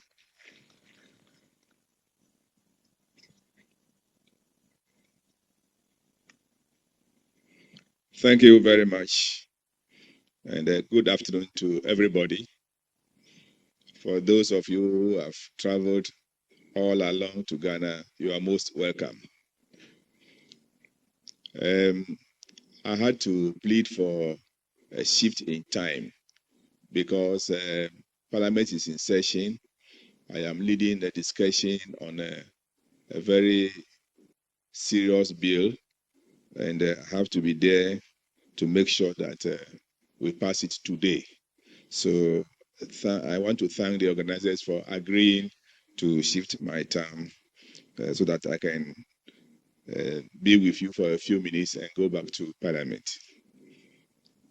I want to thank the organizers of the program for inviting me to participate in the proceedings and also to talk with you. I happen to be in Nottingham in 2024 to attend same program organized by this very organization. And I learned a lot when I was there. And I'm happy that they are in Ghana. So it is my hope and wish that every participant here today will also benefit from this program. So, Mr. Chairman of the program, distinguished guests, ladies and gentlemen, let me welcome you again to Ghana, especially University of Professional Studies, Accra. It is a great honor to participate in the 4th Africa Education Summit, and to join distinguished stakeholders from across the continent to reflect on the future of education in Africa. I commend the organizers for convening this important platform for dialogue and collaboration and advancing educational technology within our education system. The theme of this summit, Advancing Educational Technology Integration in African Education, a Unified Roadmap for Africa, speaks directly to one of the defining challenges and opportunities of our time. Across the world, digital technologies are transforming how knowledge is created, shared, and applied. Education systems must therefore adapt in order to prepare our young people with the skills and competencies required for the 21st century.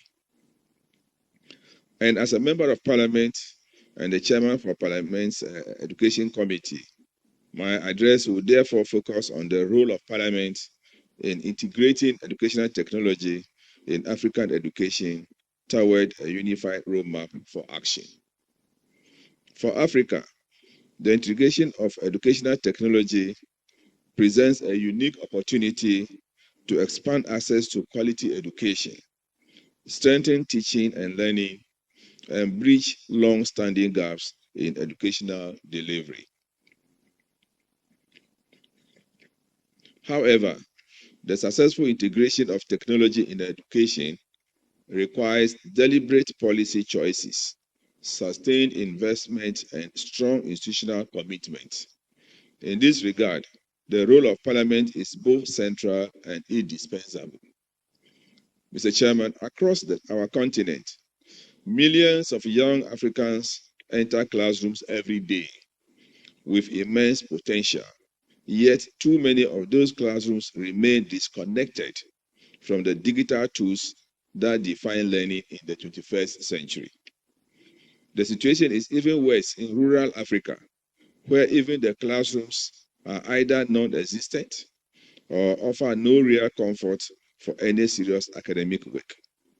You go to many of our rural communities, schools are still being observed or conducted under trees.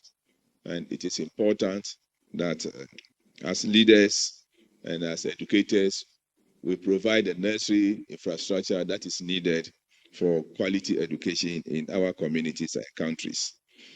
Distinguished guests, if you are serious about preparing our youth for the future of work, the knowledge economy, and global competitiveness, then EdTech must move from pilot projects to national systems. In this regard, parliaments across Africa have a decisive role to play. Parliament occupies a critical position within democratic governance. As representatives of the people, legislators are entrusted with the responsibility of making laws, approving national budgets, and exercising oversight over the work of government. These constitutional responsibilities place Parliament at the heart of efforts to promote the effective integration of technology into the education systems. First, Parliament plays a vital role in establishing the legal and policy framework necessary to support digital transformation in education. Legislative action is required to create enabling environments for digital learning, promote innovation in educational delivery, and safeguard the rights and privacy of learners and educators in an increasingly digital environment. Through well-considered legislation, Parliament can ensure that the integration of educational technology is guided by clear standards, accountability, and national priorities. Second, Parliament is responsible for approving and prioritizing public expenditure. The integration of educational technology requires sustained financial investment. Governments must allocate resources for digital infrastructure, connectivity, devices, digital learning platforms, and the development of relevant educational content. Equally important, is the need to invest in teacher training and professional development so that educators are equipped to effectively utilize digital tools in the classroom. This is a situation where the teachers who are able to educate the young ones or the children don't have even knowledge of technology. So we can imagine what is happening in our classrooms. In Ghana, Parliament has consistently supported efforts aimed at strengthening the education sector and improving access to learning opportunities. Initiatives such as the expansion of secondary education through a robust free senior high school policy, the introduction of digital learning platforms, and the ongoing efforts to improve connectivity within educational institutions demonstrate the country's commitment to educational transformation. Parliamentary oversight continues to ensure that these initiatives are implemented in a manner that promotes efficiency, accountability, and equitable access. So, as part of our oversight responsibility, last year the committee had to go to a number of selected regions in the country to monitor the distribution of digital equipment, which we call laptops or whatever we call it, to students in senior high school. It is expected that every senior high school in this country should have one so that it can enhance their learning opportunities. Third, Parliament plays a critical role in oversight and accountability. Policies and programs related to educational technology must translate into tangible improvements within schools and learning environments. Through parliamentary committees, including the Select Committee on Education, legislators scrutinize the performance of relevant ministries, departments, and agencies to ensure that public resources are utilized effectively and that policy objectives are achieved. Fourth, Parliament provides a platform for inclusive national dialogue. Educational reform must reflect the voices and experiences of a broad range of stakeholders.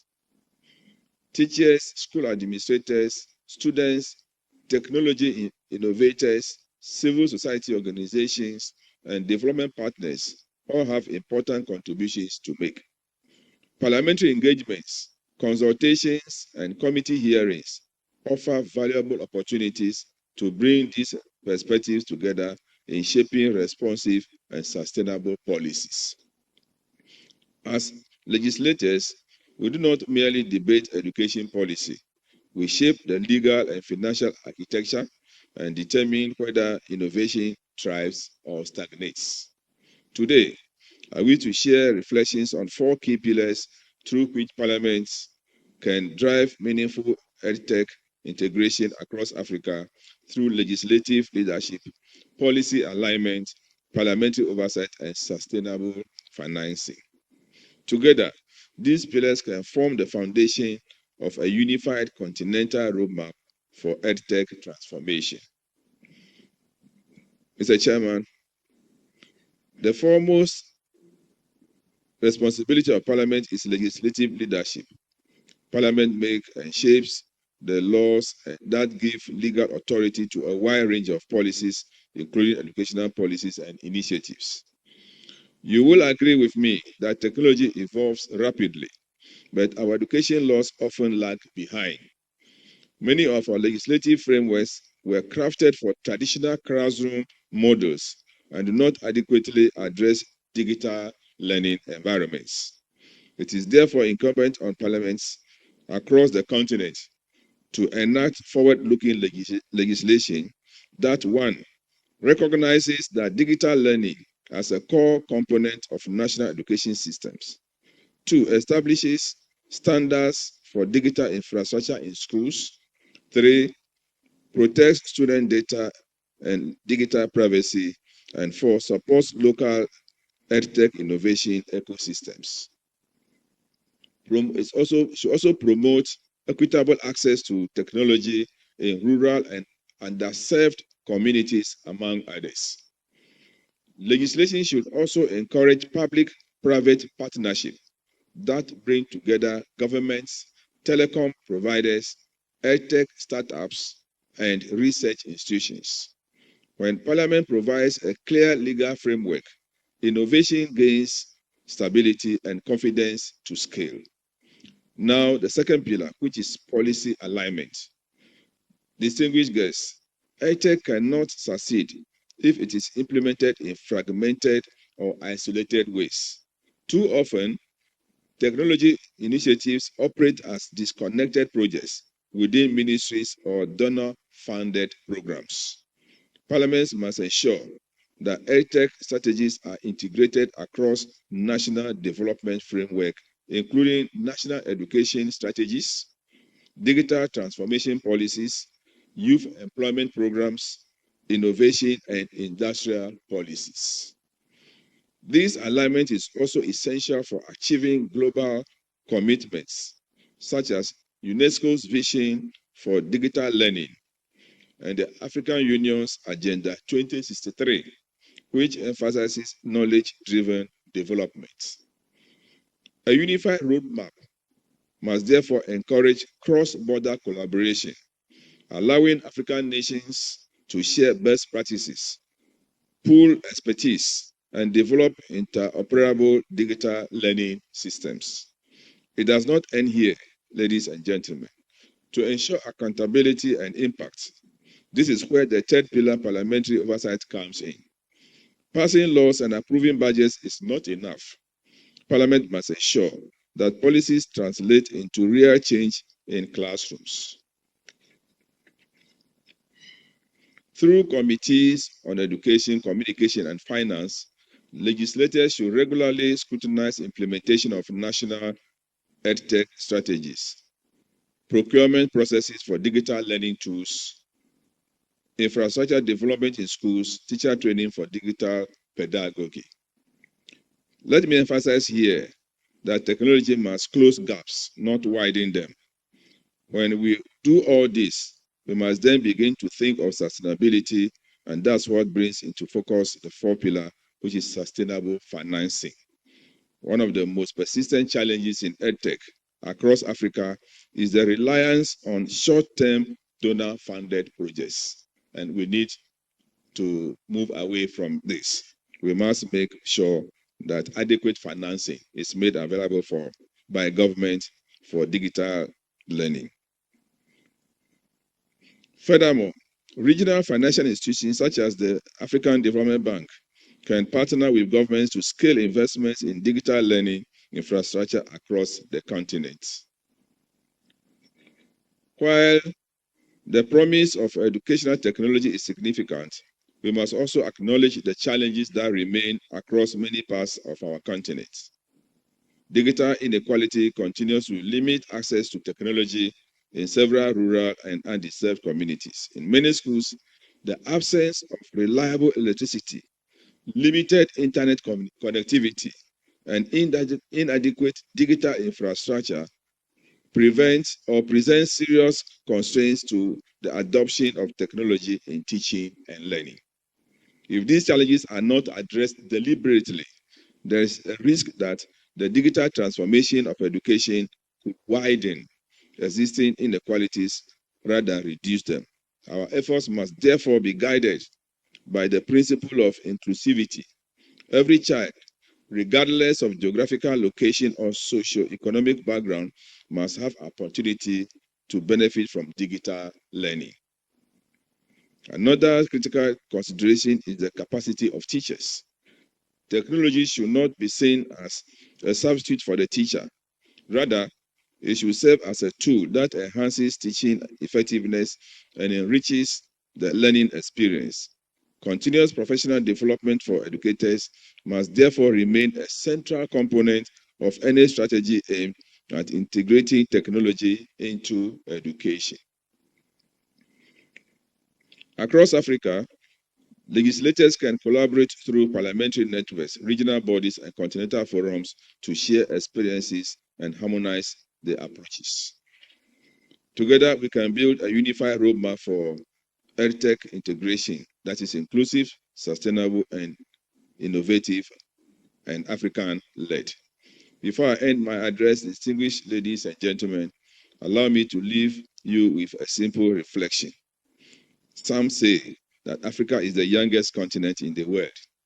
Our greatest resource is not beneath our soil, it is within our classrooms. If we invest wisely in digital education today, we will unlock the creativity, productivity, and leadership of an entire generation. Parliaments, therefore, have both a responsibility and an opportunity to build the legislative, financial, and governance foundations that will enable technology to transform learning across Africa. Let us work together to ensure that every African child, regardless of geography, gender, or income, can access the tools, knowledge, and opportunities needed to thrive in the digital age. As we deliberate during this summit, I encourage all participants to focus on practical and collaborative solutions that will guide the development of a unified roadmap for educational technology integration across Africa. By working together across governments, legislatures, educational institutions, and the technology sector, we can build education systems that are inclusive, adaptive, and responsive to the demands of the digital age. Let us remain committed to ensuring that every African learner is equipped with the knowledge, skills, and opportunities necessary to thrive in an increasingly interconnected world.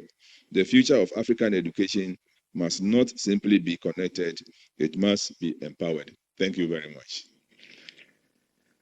Thank you so much, and please make welcome with me the President of the Nigerian Union of Teachers in person of Comrade Audu, Titus, Armah. He will be presenting the topic today on leading in crisis.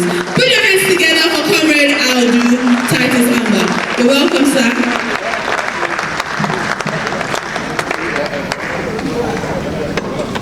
Yes, thank you very much, the moderator.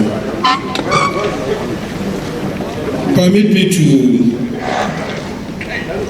lean on the existing protocol that has been observed since morning that we've been here. Let me start by most sincerely thanking the organizers once again for this very yet another summit. For some of us, we have been participating in this very summit. I think this should be the fourth edition that we've been participating.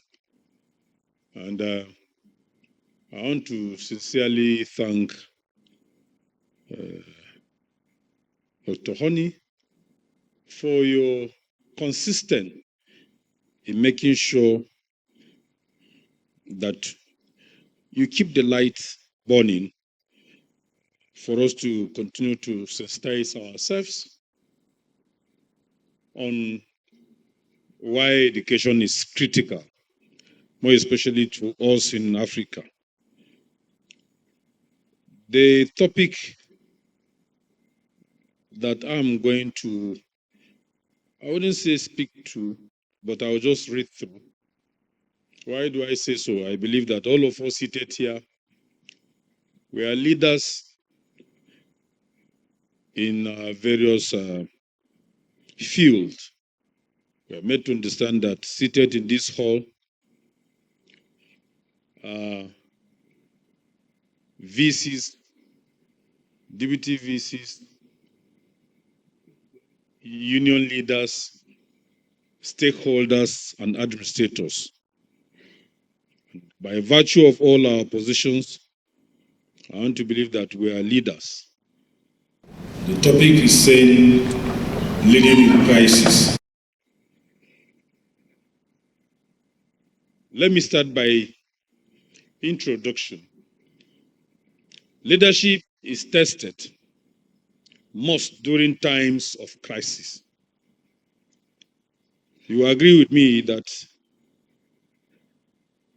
your capacity as a leader will be tested during crisis. When there are crises where you're leading, that's when your capacity will be tested whether you can be able to calm situation during crisis.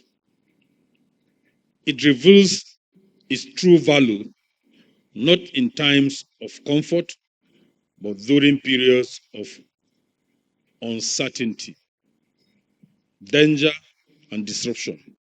Leadership is critical in preventing, managing, and overcoming crisis.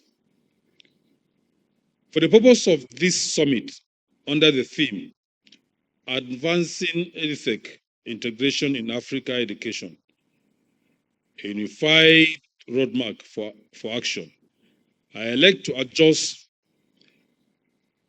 the title of this very paper to read, Leading in Crisis in Education, using Nigeria as a case study. Why do I narrow it? I narrow it because of the fact that we shouldn't be talking in vague environment. We are here as educationists. We should be seen narrowing it to the field that brought us here this morning. This paper will therefore dwell on the role of leaders in times of crisis in education, with focus on the Nigerian Union of Teachers, NUT, where I lead as the National President of Nigerian Teachers. Leadership matters in education. Strong leaders are needed to help institutions, systems, and societies change for better. Good leaders work in collaboration with others towards the same goals. If you are a good leader, you don't work on isolation, you don't work alone. It is expected that you work together as a team, you collaborate. That's where you'll be able to achieve whatever thing you feel that you need to achieve. Good leaders, I said, work in collaboration with others towards the same goals. Leadership works best when it is shared. Leadership, it works best when you are able to share ideas. As a leader, you shouldn't think of having the monopoly of knowledge, but it is important that you share ideas. That's where you'll be able to get best result. Empowering others to lead as they can within their rules. Leading is about collaboration. A crisis is a situation of intense difficulty. Crisis is a situation where you find yourself in a difficult situation, danger or uncertainty that could threaten normal operation and demands urgent attention. That is just what crisis is all about. It's a situation where there are intense difficulties in possibly you trying to manage situation. There are dangers of uncertainty that may come up if the situation is very, very tense, that could threaten the normal administrative activities that you intend to administer as a leader. For some of us who are trade union leaders, I would say at times we strive when there are crises, because I do tell my members, I do say, if there are no crises, why should I be there as the president? I think I will have no role to play if all is well. And I want to believe that even in our institutional organization, it is when there are challenges, when there are crises, that you'll be able to work hard and strive. But when all is well, then you wouldn't be strive. You wouldn't be able to move so that you can be able to get ideas that you can be able to use in solving crises that may likely arise within your institution. Crises may come in different forms, such as natural disaster, insecurity, conflicts within your institution, economic hardship, health emergency, institutional failure, political instability. All these items that I've listed are forms that can ignite crisis. A leader is a person who influences, guides, and inspires others towards achieving a common goal or shared vision. Leading in crisis refers to the ability of a leader to respond effectively during difficult and uncertain times while maintaining calmness, making wise decisions, protecting people, and guiding them towards recovery and stability. That is leadership. A leader is a person who influences, is a person who guides. A leader also inspired, because if you lead very, very well, it is expected that people will see genuineness in you and they will be able to be inspired and they will be able to follow you. And that is what leadership is all about. And it brings what? Stability. When people are beginning to lose hope, you try to inspire them. You try to lead them. You try to calm them. Try to tell them that, no, don't lose hope. Be able to get it right there. But when all eyes are on you as a leader, and you didn't show direction, you discourage people that are looking up to you. So it is expected that as a leader, you are expected to lead by showing direction, by inspiring your followers, by assuring them that all is well. You are the helm of affairs. Crisis in education. The rapidly changing world is contending with an array of emerging changes, such as climate change, demographic changes, technological expansion, and digital divide, artificial intelligence, AI, pandemics, amongst other emergencies. These developments have impacted the education landscape, leading to crises of inequality, relevance, and learning poverty. Crisis in education refers to any serious disruption that threatens access to learning, quality of instructions, school safety, and the overall functioning of the education system. Crisis in education could temper with the overall system of the learning environment, which is education or your institution. If there are crises, things will never work well.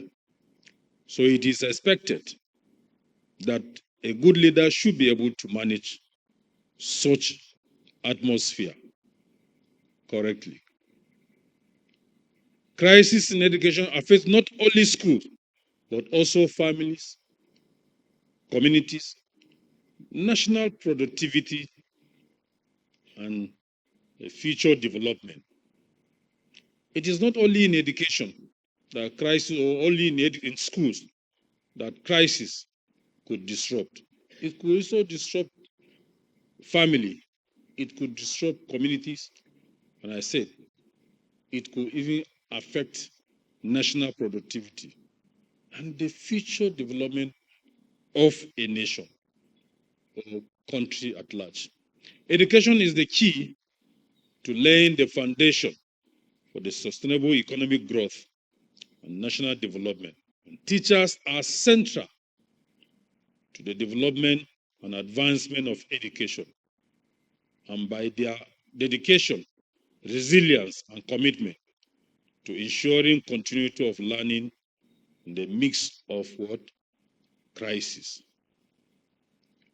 Leading in crisis in education. This is the process of guiding schools, institutions, ministries, and education stakeholders through periods of serious disruption in a way that preserves learning, protects lives, restore order, and improve preparedness. Education leadership in crisis involve one, making timely decisions. If there are crises and you relent in making timely decision, once you delay in taking decision during crisis period, then you are bound to have issues, you are bound to have challenge. As a leader, the boldness of a good leader is for you to be able to what? Take timely decision. Communicate clearly. Let everybody understand your sense of direction. Try to communicate, try to pass the information clearly so that people will understand where you're heading to. That is what will be able to minimize crisis. Mobilizing what? Resources. Crisis could arise because of lack of resources. Is the key. If there are no resources, for most of us that are head of schools, I want to believe that when you wake up and you are in your school and issues arises of phones where you're supposed to maybe administer one thing or the other and the resources are not there, you will find that you will be confused, you will get worried. It's common. So as a leader, you must be thinking ahead of the best way that you can be able to mobilize resources so that you'll be able to stabilize what? The system. Protecting vulnerable learners, especially the girl child. In most of our institutions, the girl child are at the receiving what? At the receiving end in times of exposure to danger. We're in an institution here. During the break time, I stepped out and I saw a lot of girls child coming in and going out here. And I was asking myself, I said, these are students. And the ones that are more vulnerable are the girl child, whether we like it or not. Not even in higher institutions like this, but even from the primary level and secondary section or sector of our education, the girl child is more vulnerable.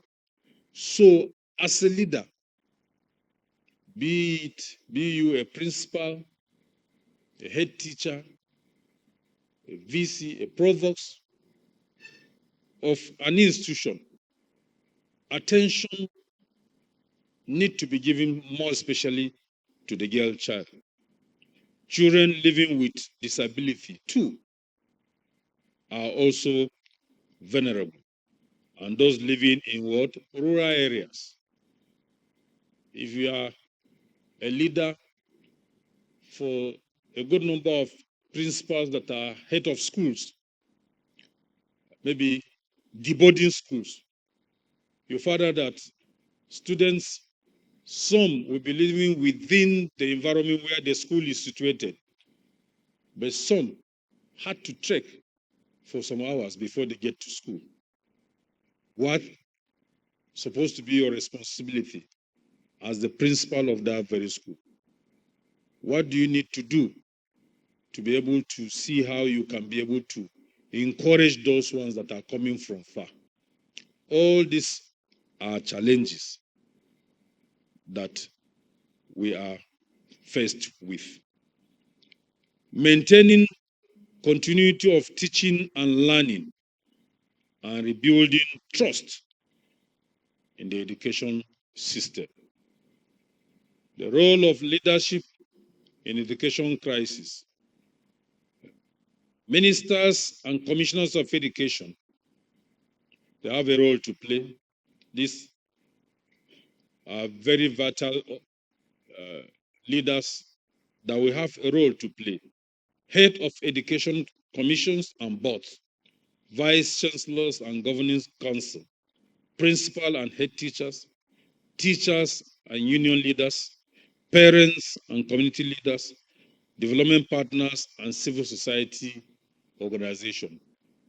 These bodies, or this array of officers that I have mentioned, office holders that I have mentioned, have a critical role to play in leadership in education during crisis. The qualities of effective leaders in education crisis. Educational leaders should possess the following qualities to succeed during crisis. 1, vision. A leader must see beyond the present problems and create path towards recovery. That is vision.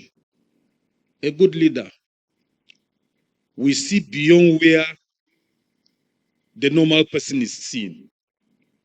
A good leader must have a vision. You must be sleeping having vision, thinking of what next? How do I get this thing done rightly? That is very key and very important. A good leader should be courageous. They must take difficult decisions. You must take difficult decisions and face public what? Pressure with confidence. That is what a leader ought to be doing. When you succumb yourself to pressure, then you cannot be able to lead. Because you must be courageous. Because there are some decisions that you will take and it will backfire. There will be pressure on you. But you had to. More especially in the situation where we find ourselves today, where the system permits that every parent feels that if I should send my son to a school, then he has to graduate and graduate very, very well. From secondary school, he has to come out very, very well with good grades. And here you are as a principal in an environment where all eyes are on you. And during WAEC, you are very strict. Very strict. I repeat myself, very strict. And after the results of WAEC, it happens that because of your strictness to make sure that things work the way it's supposed to work, it happens that maybe the percentage that must have passed is not what is expected by the community or parents. Don't be surprised. You will see leaders in that very community storming your school, asking questions, challenging you. Now, why? What is happening? Why is it making comparison with other schools elsewhere? So at times, parents, communities are also part of our challenges, our problems. So you, as a principal of that very school, you must be principled. You must be ready to face such challenge, and you must be ready to give what answers so that everybody will be what satisfy. Communication skill. Leaders must provide timely, truthful, and measuring information, reassuring information. A good leader must what? Must provide timely, truthful, and reassuring what? Information. You have to give confidence. You have to communicate very well. Empathy. Crisis in education affects children, parents, teachers, and communities, socially and emotionally. Leaders must show what? Concern and care. As a good leader, you must show concern and care. That's the empathy. Things shouldn't be happening. And you, as a leader, you didn't show any concern. You behave as if nothing is wrong there. No. You are the head. If things go wrong, you'll be held accountable. If things work better, praises will be showered on you.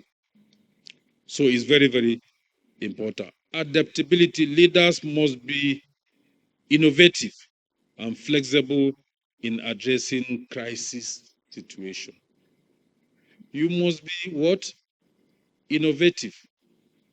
You must also be a little bit flexible in addressing crisis situation. Listen. You must give a listening ears. That's the flexibility. And you must be innovative. You must create certain skills that you get people convinced so that you can be able to succeed in your leadership. Integrity. If you're a leader without integrity, that will be the end of you. Leaders must be transparent and accountable. You must be transparent because everything is bestowed on you to manage. You have to be transparent and accountable. That is where integrity speaks. Collaboration. I said about it a little bit. You must what? Be partnership. Partnerships are necessary. No leader can solve a crisis alone. If crisis comes, a leader cannot stand only him and say that he will be able to solve that very crisis. You must discuss.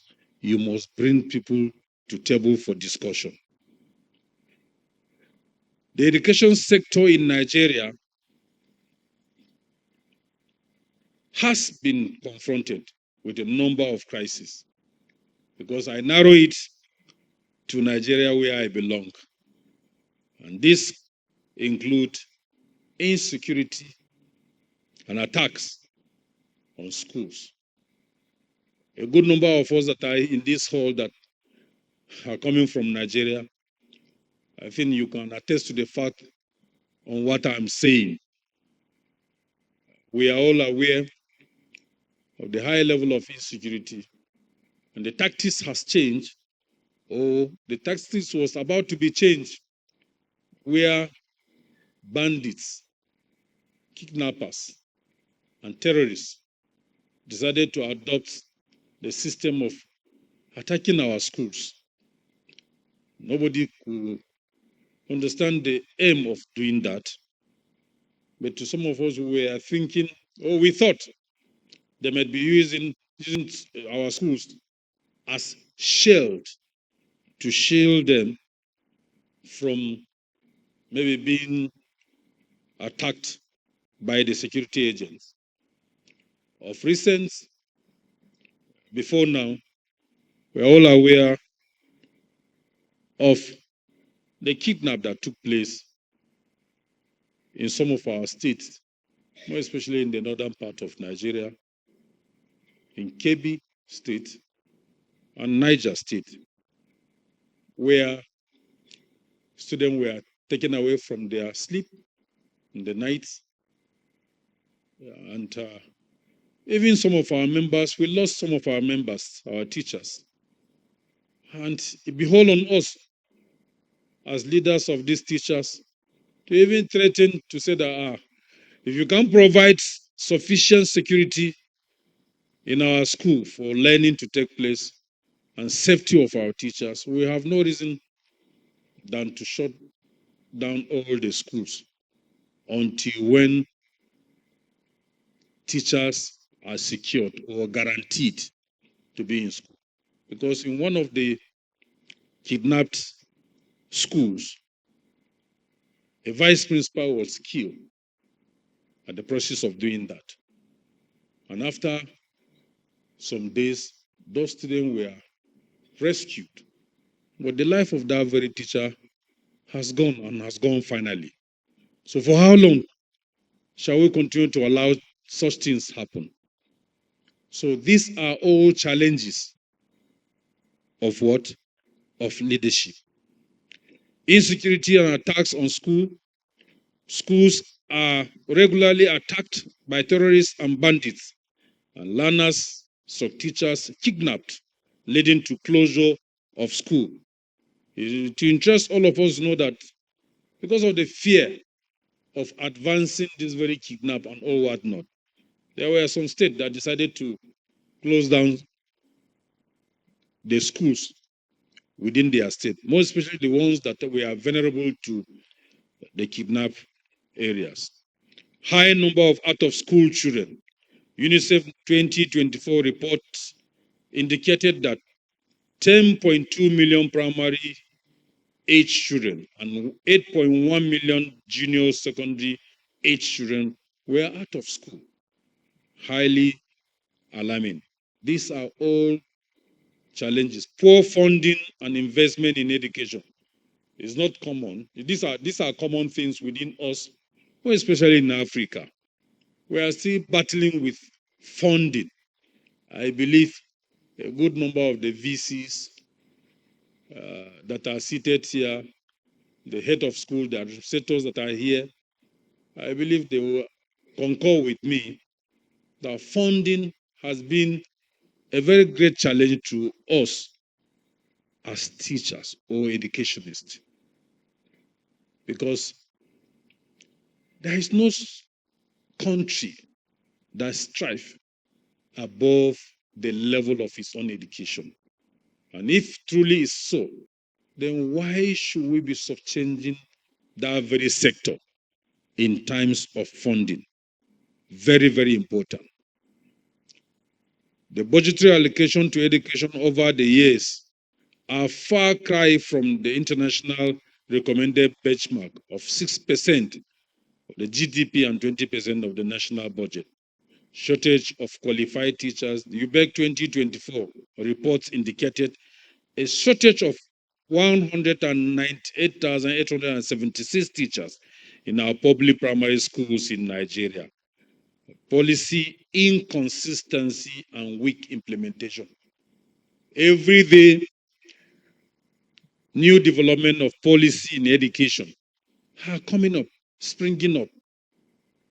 Today, it is 6334. Tomorrow, it is something else. Next tomorrow is something else. No proper what? Implementation. Weak implementation. Inconsistency. The implementation is weak. So all these things are leadership challenge. They are leadership what? Crisis. We need to work on it. Infrastructural decay and inadequate instructional materials. Yes. You go to a school, even the teacher hardly will he have find where to sit. Not only in primary and secondary school, even in some of our institutions, higher institutions. It's very, very alarming and very, very disturbing. Industrial dispute and teacher strike.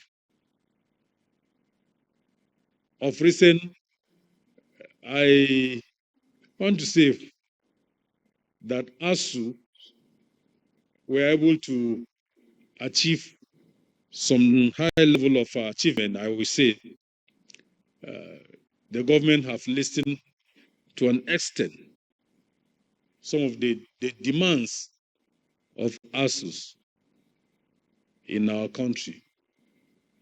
I want to believe that possibly the system will be stabilized after a lot of challenges. Of recent, minimum wage, teachers had to embark on strike before minimum wage was approved and paid to some of our teachers in some of the states. So all these things are things that lead to what? Industrial disputes and teacher strike. Technology in education and the issue of digital device. Gender inequality in access to education. Very, very important. Gender inequality.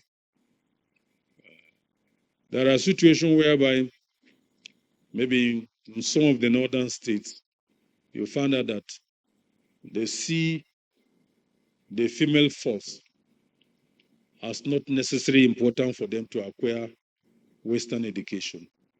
They believe that maybe when you grow up, you just get married and that's the end of you. But all these things are challenges that we need to continue to sensitize people to understand that education is the light. It's because of education that we are all here. And we are speaking what? We are talking about education. So gender inequality in access to education is very, very alarming. Privatization and commercialization of education and its effects on provision and delivery of public education for all. Education shouldn't be privatized, shouldn't be seen as a commercial commodity. It shouldn't. Education should be seen as a right to be given free. That should be the responsibility of governance, rather than commercializing it as an essential commodity. If today you are not privileged to have the resources, then you'll be left behind. So it is very, very important. It says crisis in education, the Nigerian situation. According to UBEC, 2020, there were 91,252 basic private schools, as opposed to 79,771 public schools in the country. Learning poverty, UNICEF 2024 stated that 74% of children aged 7 to 14 lack basic reading and mathematics skills. Very, very sad. Health emergency and pandemic-related schools closure. There was a speaker that spoke about the issue of COVID-19 that came and gone. It was a very great crisis. The role of Nigerian Union of Teachers in crisis situation. The role of Nigerian Union of Teachers, NUT, as a trade union and the professional organization is not only to resist unfair policies, but also to contribute solutions that sustain national development. Some of the roles played by the NUT includes engaging government through dialogue and constructive negotiation, promoting stability within the education system, maintaining unity among teachers, protecting members' welfare and professional dignity, advocacy for better funding and investment in quality public education through Go Public Fund Education campaign. This is an EI slogan, Education International. It's a slogan that NUT has key into. NUT is a member of Education International. And the slogan is saying, Go Public Fund Education. Very, very important. We have been campaigning that education should be funded adequately, which is very important. Promotion of professionalism in teaching through collaboration with the Teachers Registration Council of Nigeria, TSN, and other critical stakeholders. Building capacity of teachers, union, and school leaders through workshops, seminars, and other training programs, collaborating with Education International EI and other civil society organizations in advancing the protection and fulfillment of the right of every child to education, promoting gender equality through the development of a gender policy, the Nigerian Women in Education WIN project, promotion of distant learning to ensure continuity of teaching and learning process during crises such as the COVID-19. In conclusion, leading in crisis demands courage, empathy, and vision. The task of leadership is to transform uncertainty into opportunity and challenges into progress. Teachers and leaders of the NUT appreciate the new trend and challenge in education and embrace the use of technology as an important aid to quality teaching and learning. Also strive to update the knowledge and skills to be able to meet the demand of the 21st century. As leaders, we must understand and appreciate the fact that leading in crisis is about protecting people, solving problems, inspiring confidence, and creating a path towards recovery and victory. Thank you for listening. I appreciate all of us. So please put your hands together as we make welcome Professor Allen A. Agif, the Vice-Chancellor from Niger Delta University. Let's put our hands together for him, all the way from Bayelsa State, the Federal Republic of Nigeria. Welcome, Professor.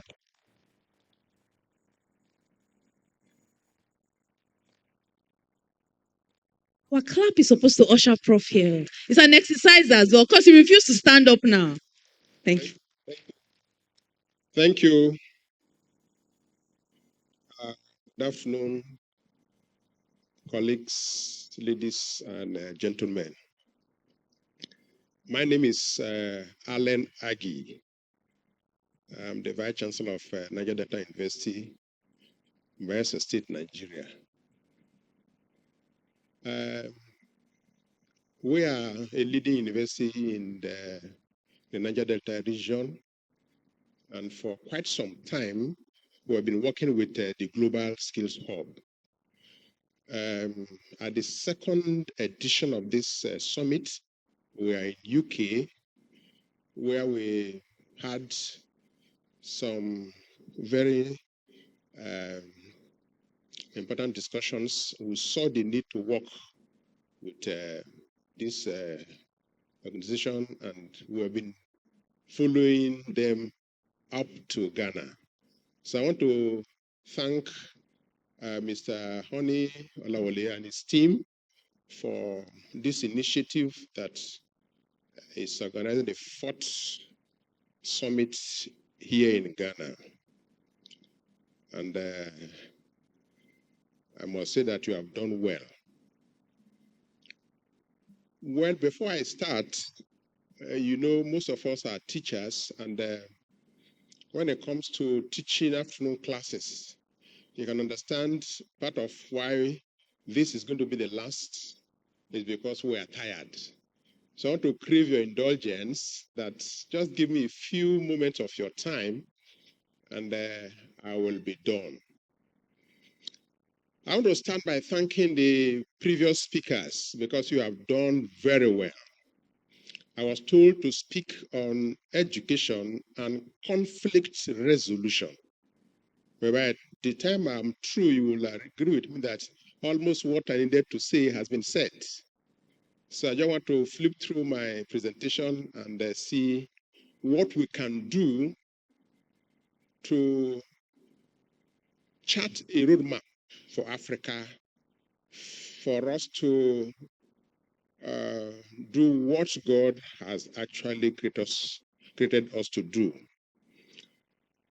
But I have modified the topic to be EdTech at a glance in Niger Delta University.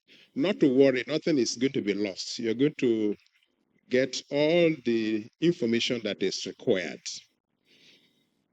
That said, let me just give you a brief profile of the university. NDU stands for Niger Delta University.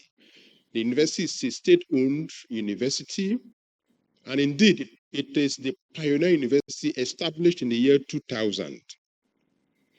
Last year, we celebrated our silver jubilee, 25 years. This year, we are 26 years. We have 14 faculties, and we have 5 research and development centers. We have 1 center built by the federal government for us to train students to acquire skills. We have 71 programs, and our student population currently stands at 23,000.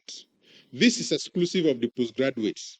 So if you add that, we're getting close to 30,000 students. Like I said, the university is located in the Niger Delta region. If you are familiar with Nigeria, that is where you have all the oil and gas. So the president of NUT, you know about the challenge we have, crisis, problems, and all the rest, they are there. And we have 5 campuses as a university. Every university has a vision. This is ours, to be a center of excellence defined by well-articulated programs that will produce creative and innovative minds. We also have a mission statement that is to strive to maintain an international reputation for high-quality scholarship, research, academic excellence for the promotion of the social, cultural, and economic well-being of mankind. The vision and the mission drive our process, and that is what most universities do, and even as human beings. Like I said, we have 14 faculties, agriculture, arts, down the line, there's so many, dealing with 71 programs. We also have 5 institutes. Institute for Niger Delta Studies, and a lot of others. Like I said, I will not bore you. We also have a business school that tries to see what we can do to develop the economic base of the state. Now to the topic, EdTech integration in education.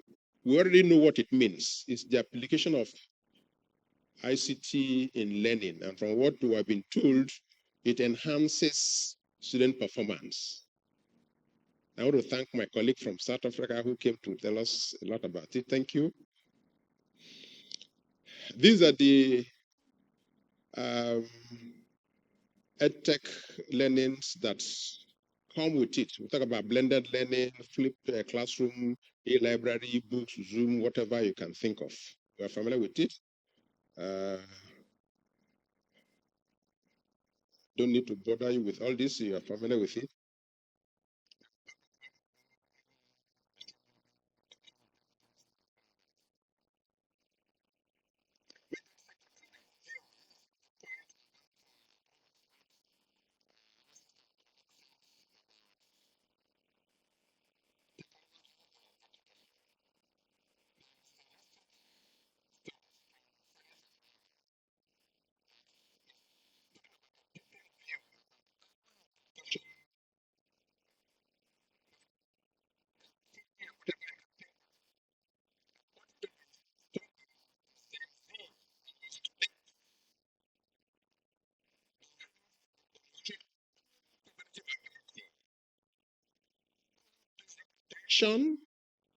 Poor memory, poor literacy, poor IQ, poor executive functioning, and a whole lot of it due to increasing use of digital technology. That is what she said. And that is part of the research that has been ongoing. Part of it is because of the biological interaction, the human content of it. So according to this study, it is due to the use to these tools that have been used in school.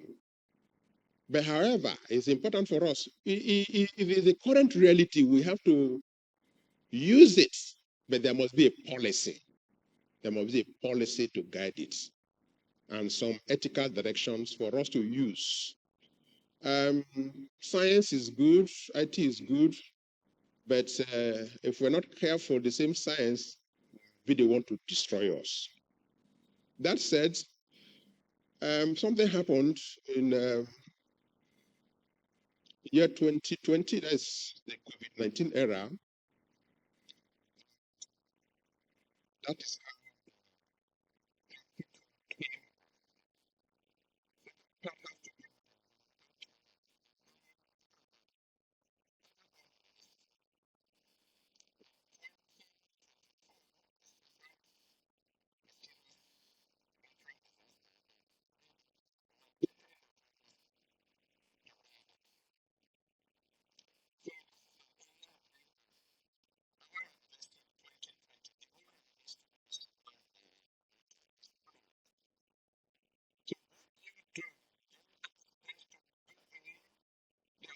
is they're willing to learn.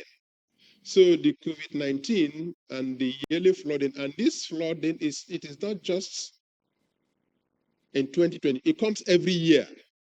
So this year, this is March. We're expecting it in September, October. keep praying for us. So even as a little boy, it is a yearly occurrence. The challenge is the level. There is a certain level it gets so that it overflows, it banks into the community. And when that happens, the whole community is submerged. Not just the community where the university is located, but if you take a look at the data of 2022, all the 8 local governments of the state, we have 8 local governments in the state, all the 8 local governments were affected. And so farm work was affected, teaching and learning was also there, health issues, the economy was down, and a lot of this. So that is the data you have. So that is the problem. So the 2 basic problems about the COVID-19 and this perennial flooding necessitated the use of IT, which is what we're doing now, and most universities are also doing. So these are some of the tools we use at our university. We have what we call the NDU Learning Management System, which is sponsored by TED Fund. We also have another, Agile LMS, which is sponsored by the Nigerian Content Development and Monitoring Board. And we as a university, we are also trying to develop our own local way of chatting, your WhatsApp, whatever. We've been trying to do that. We've not concluded. There are pains of digital learning. You know about them. The problems we have. She has said it. That human connect is not always there. And part of the biggest problem we have, not just in Nigeria, but is the power issue, data and all that. It's expensive. But there are a lot of good aspects of it. You can learn at any point in time. I can teach my students from here, which is a great advantage, and so on and so forth. This is a very crude picture that I want us to take a look at. I'm sure most of us, especially in Africa, will relate with it. Growing up a little child, you must learn to walk. And what do? You have something to help you, and that is the way to go. This is technology. This is technology. For Africa to have a roadmap in terms of digital learning, you must build your own. You must build your own from the scratch. Make your mistakes. If you do not do that, at the end of the day, you'll be a vendor. You'll be importing. And so, like the keynote speaker said, we will not understand the technology. Why? Because you do not build it. If you go to our homes, nobody will see this. All we have for our children are imported gadgets and instruments for us to use, which is not very good. So in our university, we have a faculty of science, and in terms of software application and use, we have 2 group of very intelligent students. They came up with two companies. One is called Reconsoft, the other one is Tsoft. So these are homegrown solutions for our own use. Anything about student admission, registration, transcripts, if you want to pay hostel fee, everything is online. That is the level we are. We're trying to scale it up to see how we can also deploy these systems in building our own tools for learning. And so I'm encouraging my colleagues to also do that. As I became Vice-Chancellor about 2 years ago, the proposals kept coming from different, all over, want to come and manage this for you. I said, fine and good. We have this. Let us encourage these young ones to. If we do that, then the roadmap for Africa will be able to achieve it. Now to the aspect of the conflicts. I said it was in two parts, conflict resolution. I want to thank the chairman of NUT. Conflict must exist whether you like it or not. As human beings, we must have situations of crisis. It is inevitable. And why is it so? Like we have said, the society has become so complex. Human nature and society is so dynamic that it's a class system. Technology has come, and we talk about conflict and crisis. It's not peculiar to Nigeria alone. All over the world, there are problems. We are hearing of Iran and US, all over. So do you sit down and complain that there are too many problems? No, you think of what to do. And in the university, we try to see how we can develop our own local solutions. In the university, one of the institutes we have is called Institute of Peace and Security Studies. The director of that institute is here, Professor Philip Sukulu is here. He came with me for this meeting. The reason is simple. You see, without peace, you can never have what we call sustainable development. Whatever thing that you have, it must be sustained. Again,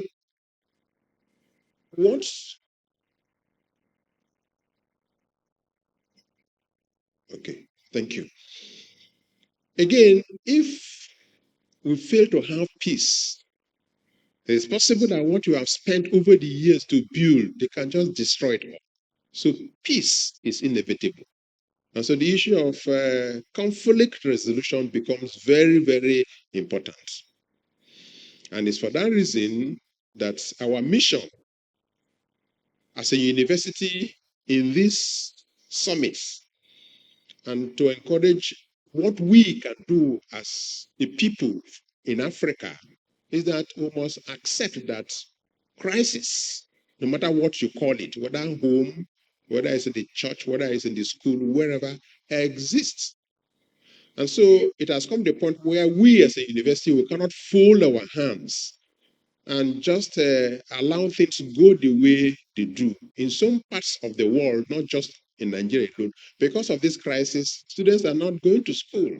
So what can we do as university, as education? What we can do is to think of how we can set up platforms to resolve it, to resolve these conflicts. And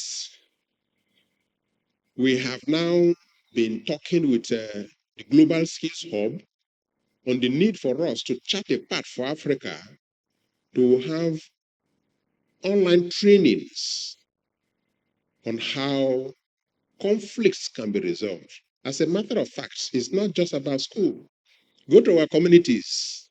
In my own area, I'm aware that a good number of communities are having a lot of court cases to the extent that they don't have substantive heads.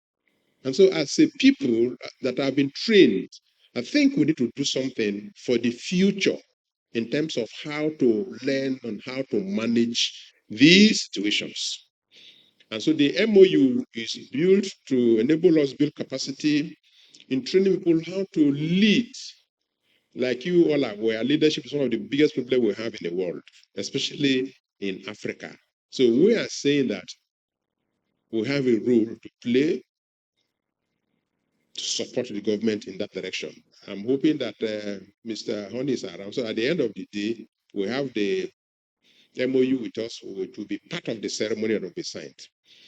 Now, secondly, we're also calling for collaboration with other institutions who are all here. Part of what we need to understand as a university or as a human being, that you cannot do it alone. You must collaborate.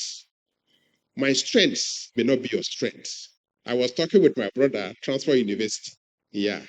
We are partnering in terms of how we can develop aviation management and logistics.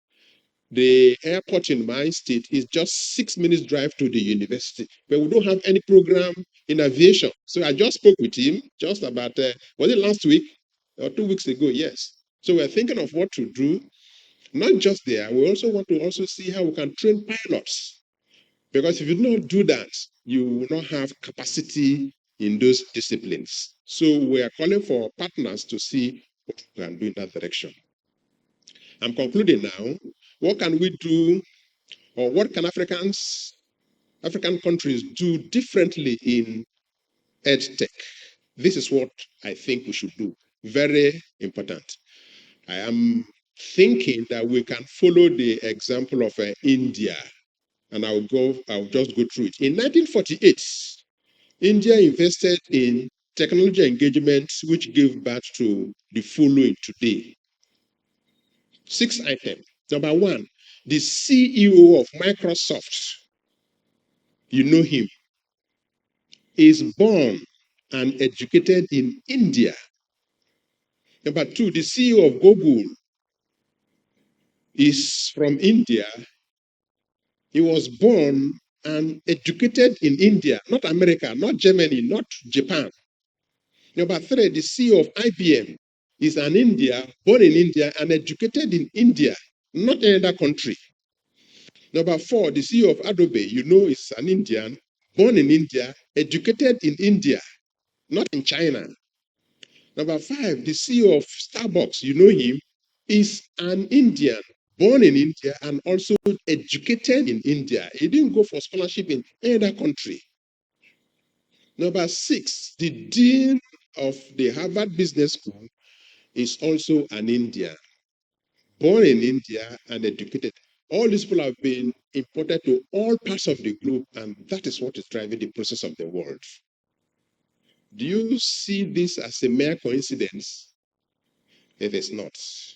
This was achieved through what we call a deliberate policy in India with just 4 IIT institutes. In 1948, now they have 23 institutes of technology. This is what we call deliberate, committed policy by government to make sure that you write what is wrong and what you think will be good for you. Nobody will build a technology that will benefit you and you alone until you take responsibility to be what you want. Otherwise, you will not have the technology to repair it or to use it. Prof, you know, some of the equipments we have in our university, we don't know how to operate it. Why? Because you did not build it. When it gets bad, we have to call the designers or the suppliers. They fly in to repair it, then you go. You'll be a slave for the rest of your life. So as a roadmap for Africa to develop in this direction, we are recommending that we can take a leaf or copy a leaf from India. A call for action. African countries can equally achieve sustainable development for the future through a sincere long-term policy backed by will and commitment on technology engagement in education in view of the current reality, which is the technology-driven world. I'll conclude with one of what our forefather said. You will know him, Julius Nyerere. Back then, he saw it and he said, give them the education which will train their heads to refuse wretchedness of mind and skill their hands to develop the resources of Africa. When we do that, then I think we are starting to chart the roadmap for development of Africa. Thank you.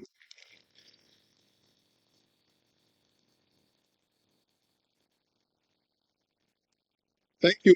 I will request my registrar and the director of the institute to come. We have an MOU. Okay, thank you, Mr. Honey. We will crave your indulgence that the MOU is signed. You make a few comments because we need to implement what we have been talking about over the years. Thank you.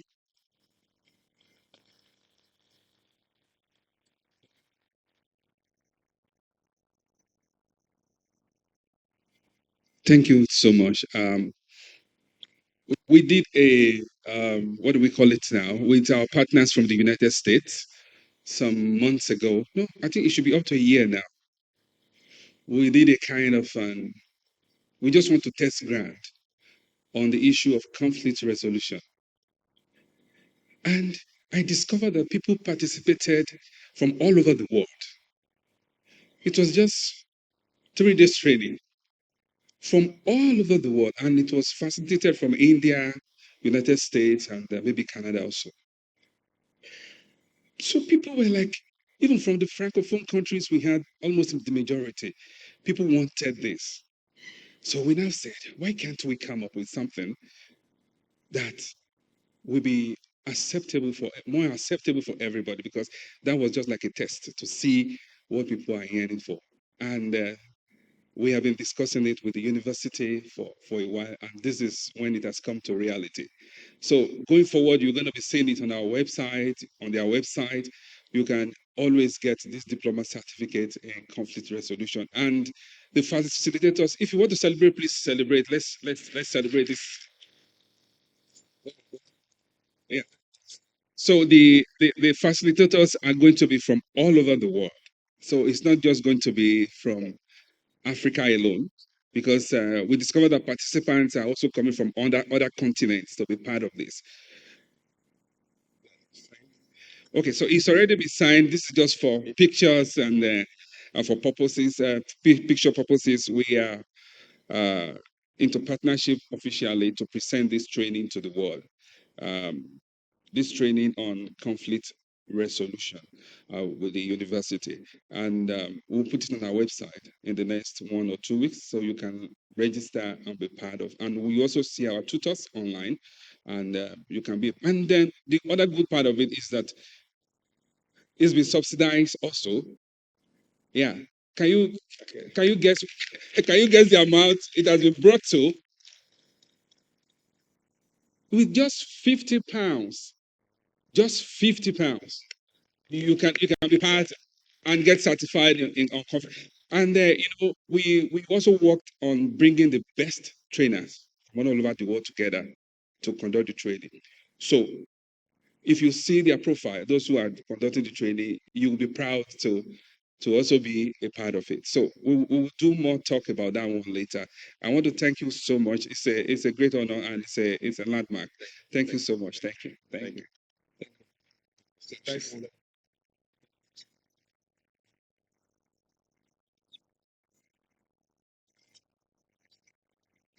Thank you so much.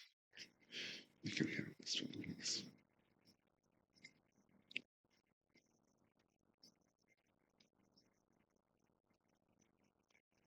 I think we have a double rolling it, double. Prof has delivered his lecture and has also, Prof, thank you, sir, for being an innovator. So I like to always talk about the diffusion of innovation skill, and we cannot do without that in the educational sector, where you acknowledge you have innovators, adopters, early majority, late majority, and the laggards. As educators, please, we must not be found after early majority. Innovators, Prof has proven to be one today by kickstarting this memorandum of understanding with Global Skills Hub and the Niger Delta University on conflict resolution. We're open. If you have a course you want to put online, you want to partner with us, we're very open and very big on trainings, international trainings. My director will talk about that very soon. As we get ready to wrap up and go on, roll it for Prof. Roll it. Roll it for the entire NDU team. Roll it. Roll it. Roll it. Roll it. Roll it. This is the last jamming it together today. So they say make it loud. Roll it. Roll it. Roll it. Jam it together. Together. Together. Give it to them. Meda say, "Pa." Thank you so much, sir.